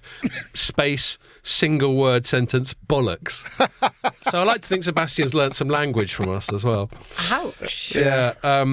And then he's written a bit, but I'm too much of a tight ass to pay for his Substack, so I haven't read the whole thing. That was one question that several people raised when I was at MWC, is why is NVIDIA interested in telecom? Sebastian reckons he knows. And I'm not sure he does. He's probably just raising the question, but let me just quickly butt in, because then on the subhead of the Substack mailer that I subscribe to, he goes, Jensen Huang is using legacy cell towers as a Trojan horse to build a $500 billion nervous system for the machine economy. Yeah, that buys that. This is why I think they're probably in it. They don't care about RAN compute, okay, because that's what, $35 billion a year. I mean, NVIDIA makes $70 billion in a quarter, and the amount that goes into semiconductors, by the way, is peanuts. Pocket change for them. So the bit they're chasing from RAN compute is peanuts. It wouldn't make any sense at all for them to just have Nokia selling chips to do RAN compute, essentially. What they want is this idea that telcos start investing in GPUs at the cell site. This is this whole nervous system. Nobody believes it. This is the problem. Nobody's convinced by that vision of it's AI edge computing on steroids, that you need a GPU at every cell site. I think vendors would always have those visions, right? Remember the Ericsson 50 billion IoT devices, that's going to be all cellular vision as well. Yeah. So it's, I think... But it could be one of those, like they wouldn't be the first tech company to come into the sector and crash and burn. Like Microsoft's got Form, Meta's got Form. I could see this same thing happening. They just Google's just sold out of its fiber thing to the fringes of the market, and they're kind of there, but they've sort of thought, well, it's not really going to work. So Sebastian reckons they've got a cunning plan. Like I said, I wish I'd subscribed and clicked through on his whole piece so that I could agree or disagree with his rationale. Well, the awkward thing for NVIDIA is if you look at Nokia's forecasts of the radio access network market over the next 5 years, they show no growth whatsoever. Yeah, I just want to know what Sebastian... if you listen to this, comment on LinkedIn on the pod. I want to know what he means by a $500 billion nervous system for the machine economy. Do you think it's all this physical AI sort of stuff? I mean, that's what I'm imagining he means, is that you're putting GPUs in and using them for AI inference at the edge to support physical AI and all the sort of stuff that excites you, Scott. It doesn't excite me. I just observe it. I'm just a commentator, mate. I don't get excited. I know, I'm just joking. I think one thing when we're talking about Nokia and vendors in general, have you noticed that the private networks, that used to be one of the key use cases for Nokia, kind of disappeared as well? Yeah. That was one of the big bets that they have made in terms of private networks. And again, very quietly, they went away. So we had a few of those big bets back in the day. Kind of cellular IoT was one, then private networks. Let's see what's going to happen with the kind of edge compute. Edge compute never really picked up, and interferencing, I can't pronounce the word as well. Let's see what's going to happen. Inferencing. By the way, his $500 billion nervous system, blah-de-blah-de-blah-de-blah. Like, obviously, investors aren't buying into that, because if they were, telco stocks wouldn't be performing the way they were, and Nokia stock wouldn't be performing I don't want to dwell on it it because I haven't read his full piece, so I don't know what his argument is. This would filter down and not be an NVIDIA only thing if that was the case, wouldn't it? This is quite a good segue into where I was trying to get to. Anyway, do you want to have a break? Okay, we'll have a quick break. To the bathroom. All right, yeah. Let me take this opportunity to once more thank the sponsors of this podcast, Cohere Technologies, which is the innovator behind the Universal Spectrum Multiplier software for 4G and 5G, and Pulsone technology for 5G and 6G coexistence, ISAC and NTN. Nice one. All right, we're back in the room. All right, so our final segment, we can talk about 6G. My write-up that I wrote on the Friday, when I was still definitely feeling knackered and weird, even though I'd slept for about 10 hours. I love how when you asked at the beginning of the podcast on the show floor to Ian, like, are you feeling better? He's like, no. He was like, no. Well, I tell you, that one we do on the show floor is always a bit of a challenge because, you're quite knackered. And then you're just, as was I, my God. You're having to find some mojo. And obviously you want to put on your best podcast vibe. But you have lots of guests as well. And we have guests, and for me that's challenging because juggling all that stuff. And they're probably tired too. And they're different personalities. It's like in the one we did this year, the second two was Daniel Rios and Dan Warren, and they got really into the weeds on some techie shit I didn't understand, but they weren't agreeing with each other. And I thought, on one level, oh my God, should I intervene? On another level, I thought, this is great telly. Yeah. I want them to have an argument. So he was skeptic about AI stuff, and she was really into it. I think mostly. Exactly. And they, I'm not accusing them of anything, but everyone comes into it with their own perspectives and dare I say agendas as well. Yeah, exactly.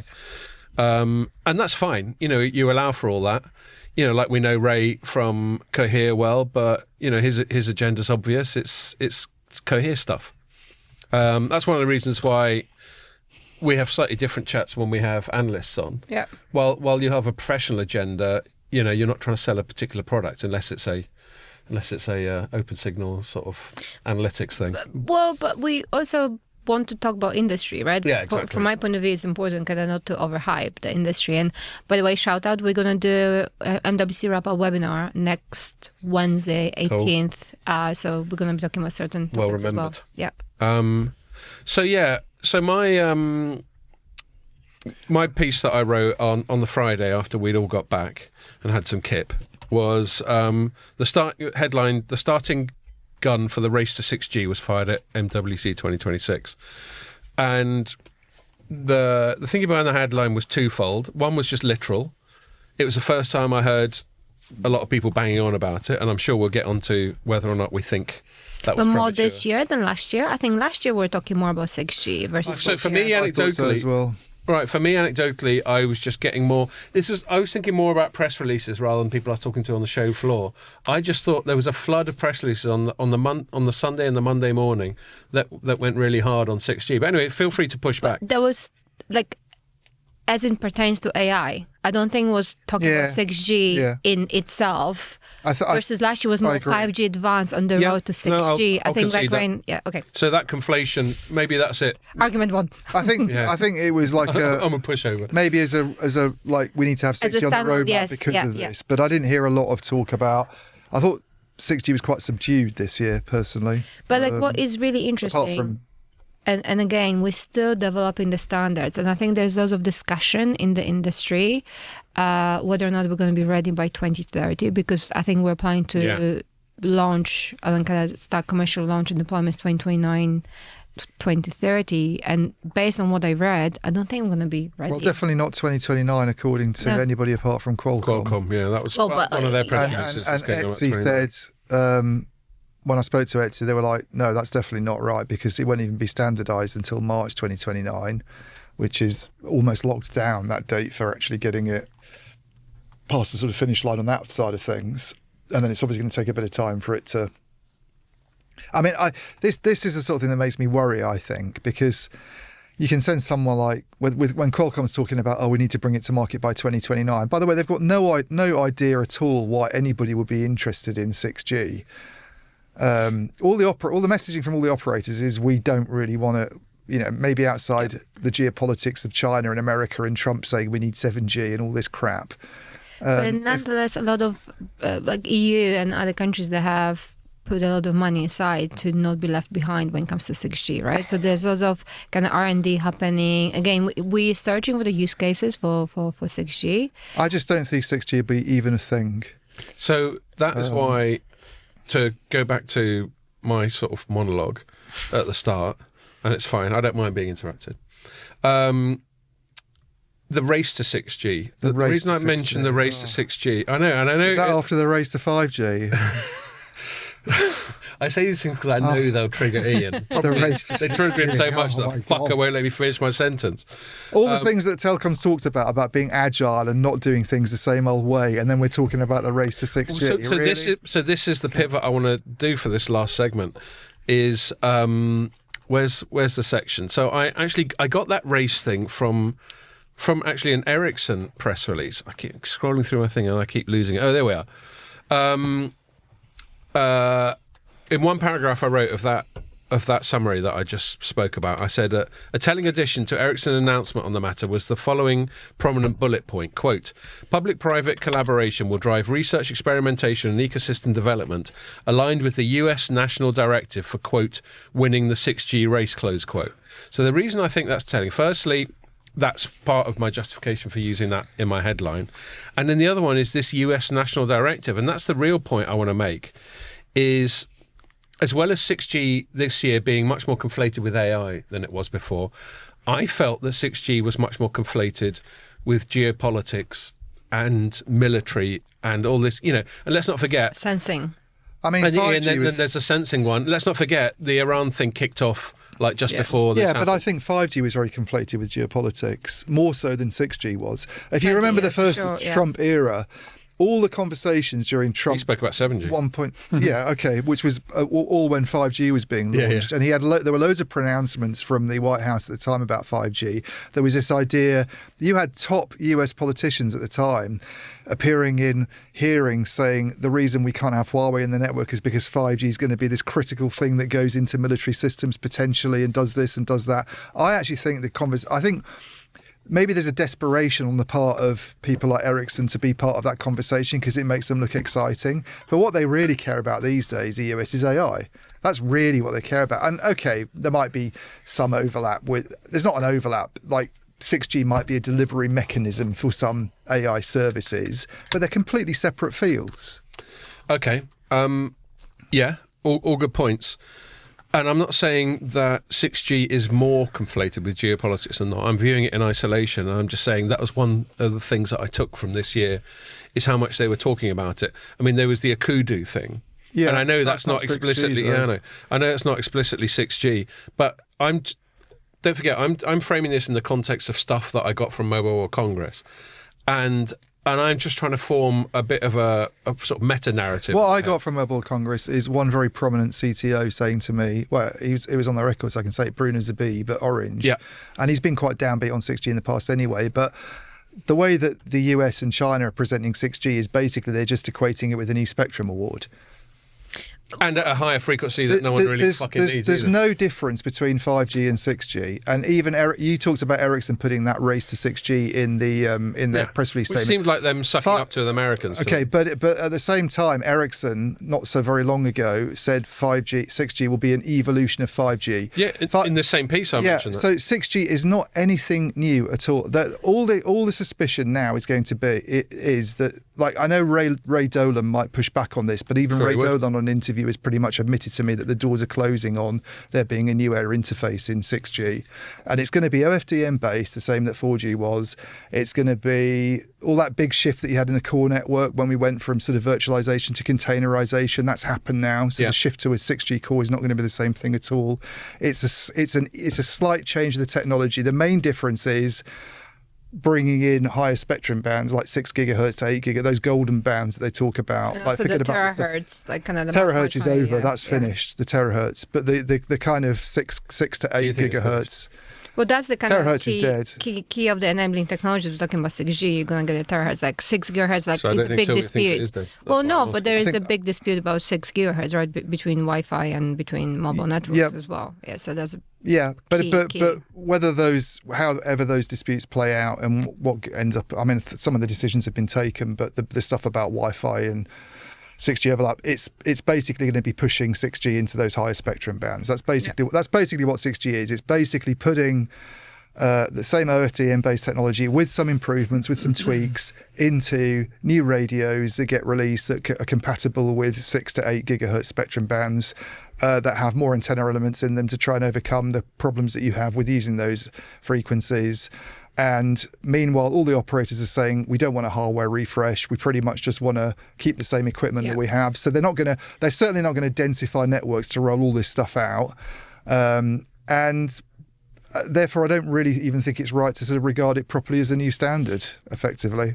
I think it's just an evil. The difference between 5G advanced and when we actually get the first one that's 6G, which is what released 21, maybe, I don't know, but will be nothing. It's not a big leap. I think we're still kind of.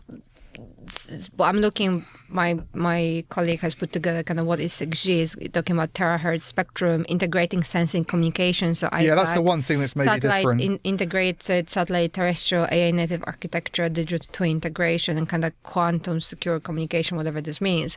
But I think the most important, like kind of the 5G. So for 5G advanced, you need 5G standalone. When you think about the percentage of operators that actually rolled out 5G standalone, of the 5G operators, I think maybe a quarter. So 5G standalone is not that common, right? Again, because we're searching for use cases, quite a bit of a difference in there. 5G advanced, I think there's maybe 80 operators in the world. Probably 40 operators that actually rolled out 5G advanced. Yeah. But you do get a benefit RedCap. So RedCap actually is quite a useful technology because you're reducing, like the same with NB-IoT. Right, it's integrated sensing and communication, basically. So you don't need 6G for that. Exactly, right? Yeah. But again, you need to have... Has RedCap got sensing? Well, the Chinese operators are basically doing ISAC with 5G. Yep. You don't need 6G to do ISAC. With 5G advanced. Yeah, 5G advanced. 5G advanced. So the kind of that's 5.5G. I mean, I know, again, bringing Cohere in it, I know they pitched You're pissing them off now, aren't you? Well, I'm just saying they would obviously want their OTFS Well done, mate. They're our sponsor. I'm not knocking them. I'm saying they would argue that their OTFS is a more efficient way of doing it. And I don't know, maybe it is. But people are talking about doing it with OFDM and doing it with OFDM. Yeah. And there's a big question mark anyway over whether I mean, Mike's very downbeat about sensing. I noticed in his little LinkedIn thing that he did after our blog, Mike Dano, he thinks it's all a load of absolute rubbish. He doesn't have any time for it at all. And a lot of people are quite sceptical about whether ISAC will be a thing for telcos to... You talk to the NGMN, they're quite downbeat on ISAC because they don't see how telcos make money out of it necessarily. But I don't think telcos would make money, right? That's kind of the whole thing. But when we had the OTTs and 4G, that they made money from 4G. Operators didn't necessarily make money. They don't grow their sales again. They just kind of become these no-growth sales companies. So they're definitely not going to spend money on this. Well, I think I threw that. We keep talking about Go here. I think I threw that at Ray on our MWC pod.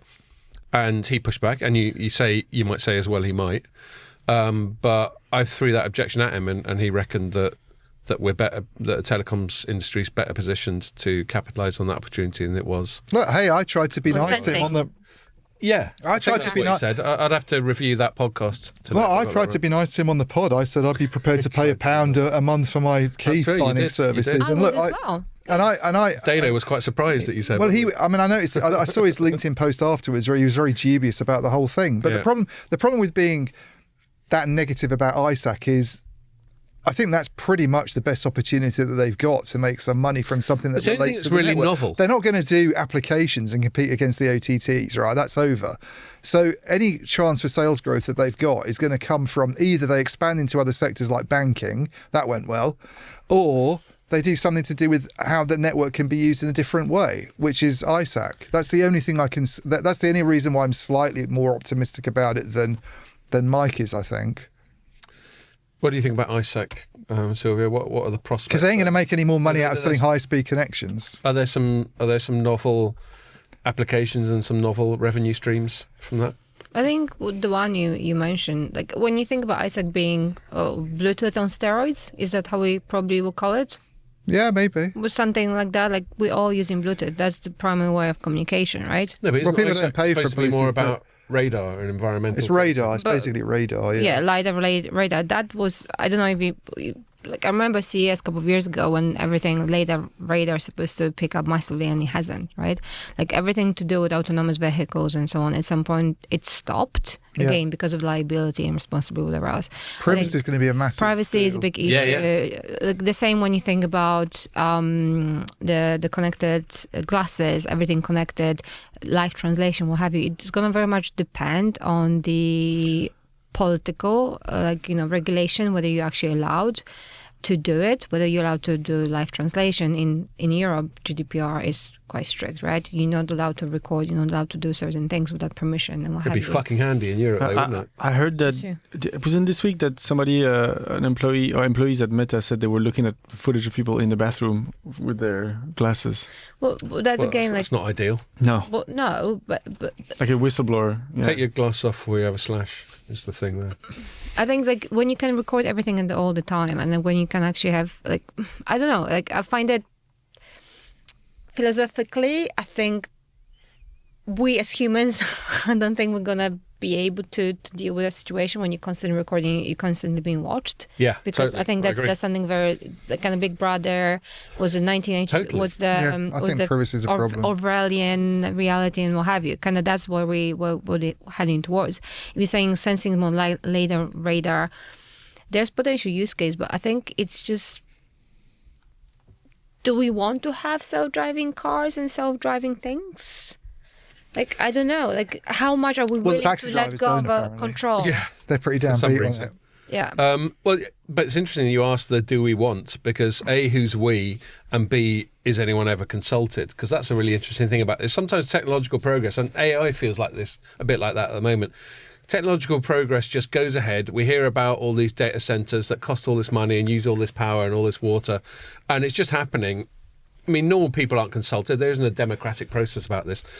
Technology has a way of just snowballing. And you're right. I think was it Ford said if I ask people what they wanted, they wouldn't say they want a car. They wanted a horse that goes faster, right? But people are, this is why I push back on AI sometimes. People have agency in this. They can, we didn't have to end up in a world where people are walking along the pavements unable to tear themselves away from their smartphones. You look at, if you brought someone from the early 1990s or even the mid 1990s into the early 2020s, they'd be like, their biggest culture shock would be, because the world hasn't changed that radically in other ways, what are all these fucking people doing, walking around with these little rectangular things, staring at them? They didn't have to do that. This is why you get these people quite keen on digital detox and trying to get away from it, which I really kind of buy into, because you don't have to do this kind of stuff. People are sort of to blame for it. It's not foisted on them. They take it up and use it. But we are so dependent. Like I catch myself that I don't think how to get to places. I just check on my phone. The same when driving. Like literally, you just put the. And you probably feel you couldn't cope without it. Well, because I do, and I grew up before these things were around, and the idea of not having one in the city centre. But mate, I've been out with you when we've been trying to get places, and I'm more dialed into using Google Maps than you are, and we've definitely been grateful that I've charted our fucking journey on Google Maps rather than just winging. Sure, I'm not saying there's not a positive, but there's a negative, yeah? Yeah. So over-dependence. There's an over-dependency on it, and there's and with things like AI, it's a bigger dependency on the same companies, by the way, usually. Yeah. That's the other worrying thing, is right? They've got more of your data, you're more dependent on them. There's more risk of things going wrong and it being pretty drastic if it does go wrong with an AI in the system. And yet we still kind of carry on thinking. I've got a little mini tangent. Our colleagues at Omdia, they published is Maria Rua Aguete, who I just saw in the office a minute ago, actually, published a thing going, I think this is based on US sampling. More than half of 45 to 54-year-olds now watch mobile video while watching TV. So this little finding of theirs is that even people our age, and I'm at the top end of this fucking scale, I must say, even people our age are double watching. Was that like an advanced split screen thing or something? No, they're literally watching one lot of shit on their phone while there's always a lot of shit on the telly. Well, what's the point in having... I'm not saying there's a point. I'm not saying there's a point. I'm just saying there's this thing that says half of people fucking do it. Well, but because you have a TV in the background, you don't really watch it, and then you scroll. Well, it's an attention span thing, isn't it? And I think that's really scary. When we didn't have that option, we'd just watch the telly or maybe talk over it or something. But do you actually watch linear TV? I never do. No. Most people don't, and I think the way we consume media is massively changing. Yeah. My attention span, I think that's everybody's. Totally. I can't read. I still try to read books on paper just to read a book. Make yourself do it. Because otherwise, I think we were constantly bombarded with so much information, and there's so many different things that we have to consider. We're watching this, watching that, and as well with multiple emails, the messages popping on Slack, like WhatsApp and what have you. Like you constantly are stimulated, and I think our brains. I completely agree. I don't think our brains were designed to be like that. I think at some point, I am exhausted by the end of the week. Like by day, because you've just been juggling loads of cognitive because you're juggling, balls I think the cognitive, I don't think we're supposed to have such a massive cognitive load. So I find if I don't go to the gym and I'm working the whole day, I'm just literally, I don't know what my name is. So that's your detox, is going to the gym.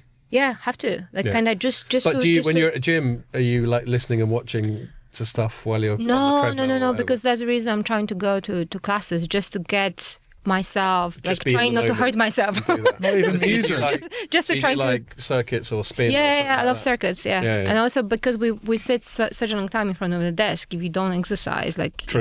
And I think tend to a brain in a jar. No, but I don't know if you noticed, there's the whole thing. The RSI. The youth. I wear a little strap around my shoulders to stop me slouching and getting that little RSI around the upper back. So we're gonna have a generation of people. I thought he was going to react to that. The idea that you're wearing a harness.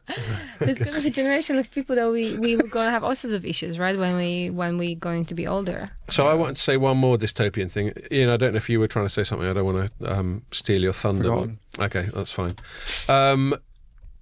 Because we've only got 5 or 10 minutes left. That's right, isn't it, Pierre? Yeah, about 5 minutes. Yeah, I knew he'd go the lower end of that. He's always. No, I didn't get to do my section at all then. Oh, my telecom derangement section. All right. Okay, I'll tell you what. I'll do this really quick. You do your thing. I'll do this really quick. So I won't open it up for discussion. I'll do a quick monologue, and then I'll let you two finish off with any last thoughts. So I wrote a piece at the start of the week, following up from my Friday piece, saying telecoms should prepare to face the Anthropic dilemma. So for people who haven't been following it, Anthropic is one of the big LLMs in the States. It's particularly good on coding and like B2B stuff as opposed to like ChatGPT. They haven't got one of the bigger consumer chatbots, although it's called Claude, their thing. And they've got into a big clash with the US government because they've tried to put some kind of ethical guardrails around the use of their model, their system, which is basically to do with full weapons autonomy. I.e., you go to a missile, you just go and find someone who's fucking winding you up and blow them up. That sort of autonomy. That's literally what they say to them. Paraphrasing. Yeah. No, it's not. I've got good authority. That's what they say. No, of course, paraphrasing. And then, the other one was mass state surveillance that they were worried about. And this is, I didn't really get into this with the 6G, but I won't do it now. But, one of the things with the ISAC, well, we kind of touched on it with the ISAC and all that, is the surveillance. And you talked about the privacy side of it, Sylvia. And that's all I was saying is if 6G ends up being used a lot for military stuff and ISAC's used for surveillance, maybe one day telcos will face a similar dilemma to what Anthropic has been facing in the last couple of weeks, where the governments are using their networks in ways that they find really fucking moving. Yeah, I mean, I don't think it's 6G because the conversation at the moment is actually about using 4G and 5G for military stuff. Because they're stuck, NATO and other defence groups are stuck with kind of old Tetra. Yeah, and 6G is nowhere near even happening. I mean, Tommy Wheater, before he left Nokia, said this about a year ago. He was like, that was one of the big themes last year, that military groups are looking to use 4G and 5G. Technologies that have actually come out of the civilian world have moved ahead of what the military's using. So there's an interest in them in using that. And if you can have things like network slicing to make sure that the military has a dedicated service, or maybe they just build their own networks. You get these like little people running around with backpacks that are like a sort of. That was last year. Nokia was showing totally. That. Yeah, that's all great. But I'm not. Yeah, I mean the 6G is just going to, as I say, I think 6G is just going to be an evolution of 5G. Right. So it ties into that. I think the ISAC stuff, the main use case that's been thrown up is the drone detection thing. Whether that means network operators will put antennas everywhere that allow you to support ISAT, which sounds incredibly costly. So defence groups would have to pay them a huge amount of money to do that, or whether it's more like a kind of, it happens on the eastern border of Ukraine and it's a very much dedicated thing and it's not part of the civilian networks. I don't know, but so you foresee the conflict going for so long and That's a forever war. That's a not one we've got 5 minutes. That's a Middle East forever war. That one, I think. We'll talk about that in a minute. So, Ian, I will. Obviously, you don't have the time that you wanted to talk about your telecoms derangement syndrome thing, but see if you can compress it. Well, I talked a little bit about it with the attendance numbers. I just find it odd that this industry, like MWC, to me is like a moment of lunacy in the telecom calendar each year. That everybody if an alien arrived on planet Earth and they went to MWC Barcelona, they'd go, "Oh my God, this telecom sector is obviously like the most exciting thing ever." And then you go back to the real world, and it turns out it's smartphones, and it isn't dancing robots, and it isn't 6G, and it isn't ISAC, and it isn't AI RAN. It's just basically people using their phones to do as they have been for the last 20. Well, 20 years, more than that even, and a lot of the problems that a lot of the ordinary problems that operators have, day-to-day sort of issues, don't seem to get discussed at MWC. It's all this sort of weird futuristic stuff that might never happen. And all a bit sort of clutching at straws. All a bit clutching at straws. Just a massive disconnect with reality, I think. And then the usual whinging that you get on stage. You get the CEOs of the big European. I was quite happy that Alison Kirkby at BT I wrote a piece with a headline about telecom derangement syndrome, and she sort of had obviously read it and quite liked it because she's quite a down-to-earth type CEO, I think. You get some of the European CEOs she's up quite on straight stage. talking. She's quite straight talking and managing BT she's basically managing BT as an efficient manager. She's looking to realise improvements and improve free cash flow, and she's not reinvent the wheel. Not reinvent the wheel. Whereas I think a lot of these European CEOs, they turn up and they go up on stage and they whinge about fair share and what a hard deal they've had and how awful life is. Actually, if you look at European telco share prices in the last year, they've actually all done quite well. Most of them. Here's the other disconnect: is this sob story they have where they get up and go, "Oh, life's so bad for us." They're all pretty profitable companies. They're always moaning, aren't they? This idea that they don't make any return on investments very dubious. There's been some papers out recently that they actually don't make a bad ROI. Some of them, we keep hearing this thing about they need to go down from 4 to 3, and there needs to be this sort of European single telecom market. Otherwise, they're all doomed. There's question marks being asked about that. I do feel that this shows a bit. It could do a better job of kind of presenting the industry as it actually is, really. I think this is your last word. I have attended one keynote, was on kind of networks, requirements from networks, and CEO of Tim Pietro Labriola. Good name. Yes, I can't pronounce it, but yeah. No, he did well, better than I would. I did Italian for years. There we go. So he said it's important to reshape conversation to focus on quality of service rather than speed. So that's what I kind of talk about. And talking about network resiliency and data. And he said, I like this. He said, without networks, cloud is useless. Without networks and cloud, AI has no future. And without digital resilience, the whole system doesn't hold. So kind of we forget we need building blocks, we need enablers before we can start talking about AI, and we kind of take for granted a lot of investment happen in telco is because operators have been investing and kind of. I don't think consumers are necessarily the ones that are paying the bills. Quite often it's the enterprises, because enterprises need certain level of quality of service, certain SLAs, guarantees, and what have you, right? So kind of. I understand what you're saying. Like, so telco is not the most exciting one, but it's kind of enabling a lot of other technologies. Enabling kind of right now without connectivity.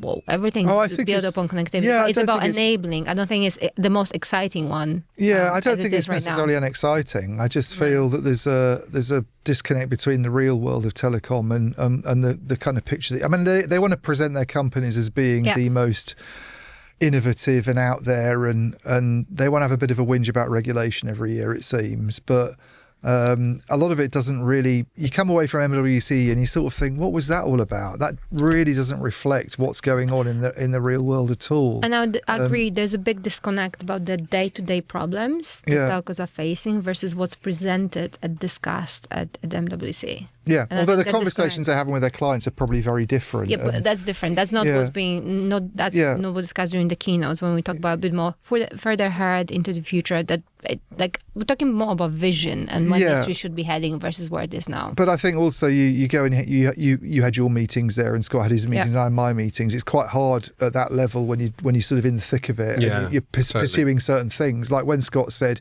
we need to come on and talk about a theme, I was like, well, I'm not really sure what my theme is. I've got a few good stories from individual conversations, but it's almost easier to get a kind of helicopter view of it if you don't go, I think, sometimes, rather than being there. Last thing I'm going to say, quite often I'll get the feel of the show just by walking through the halls. Yeah.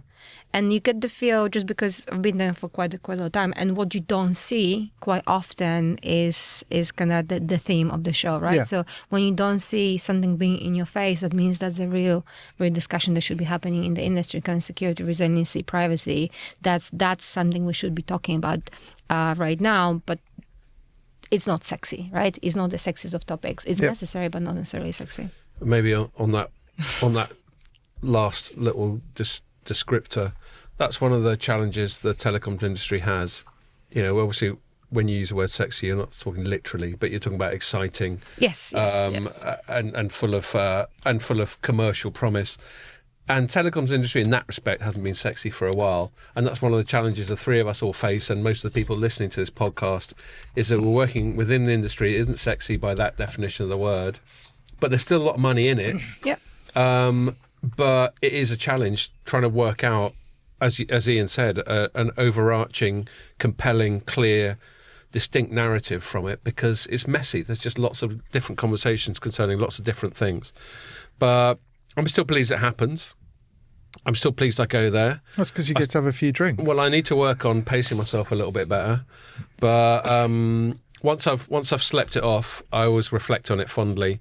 But yeah, it's probably more the social side than the professional Meeting side people for me. and kind of, I think it's about connections and who you do not, who you know. Yeah. Like having That's those brilliant. conversations, probably, as you said, like kind of private conversations rather than attending some of the Well, like industry. when we hung out on Saturday night, it's the first time I've seen you for a year. Yeah, Saying true. even longer. No, same amount of time for Mark as well. Yeah.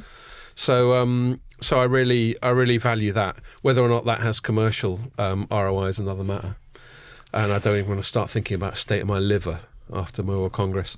So on that note, great to see you again, Sylvia. Good If to you've see got you. time, Good to be here. do join us for a cheeky one in the pub.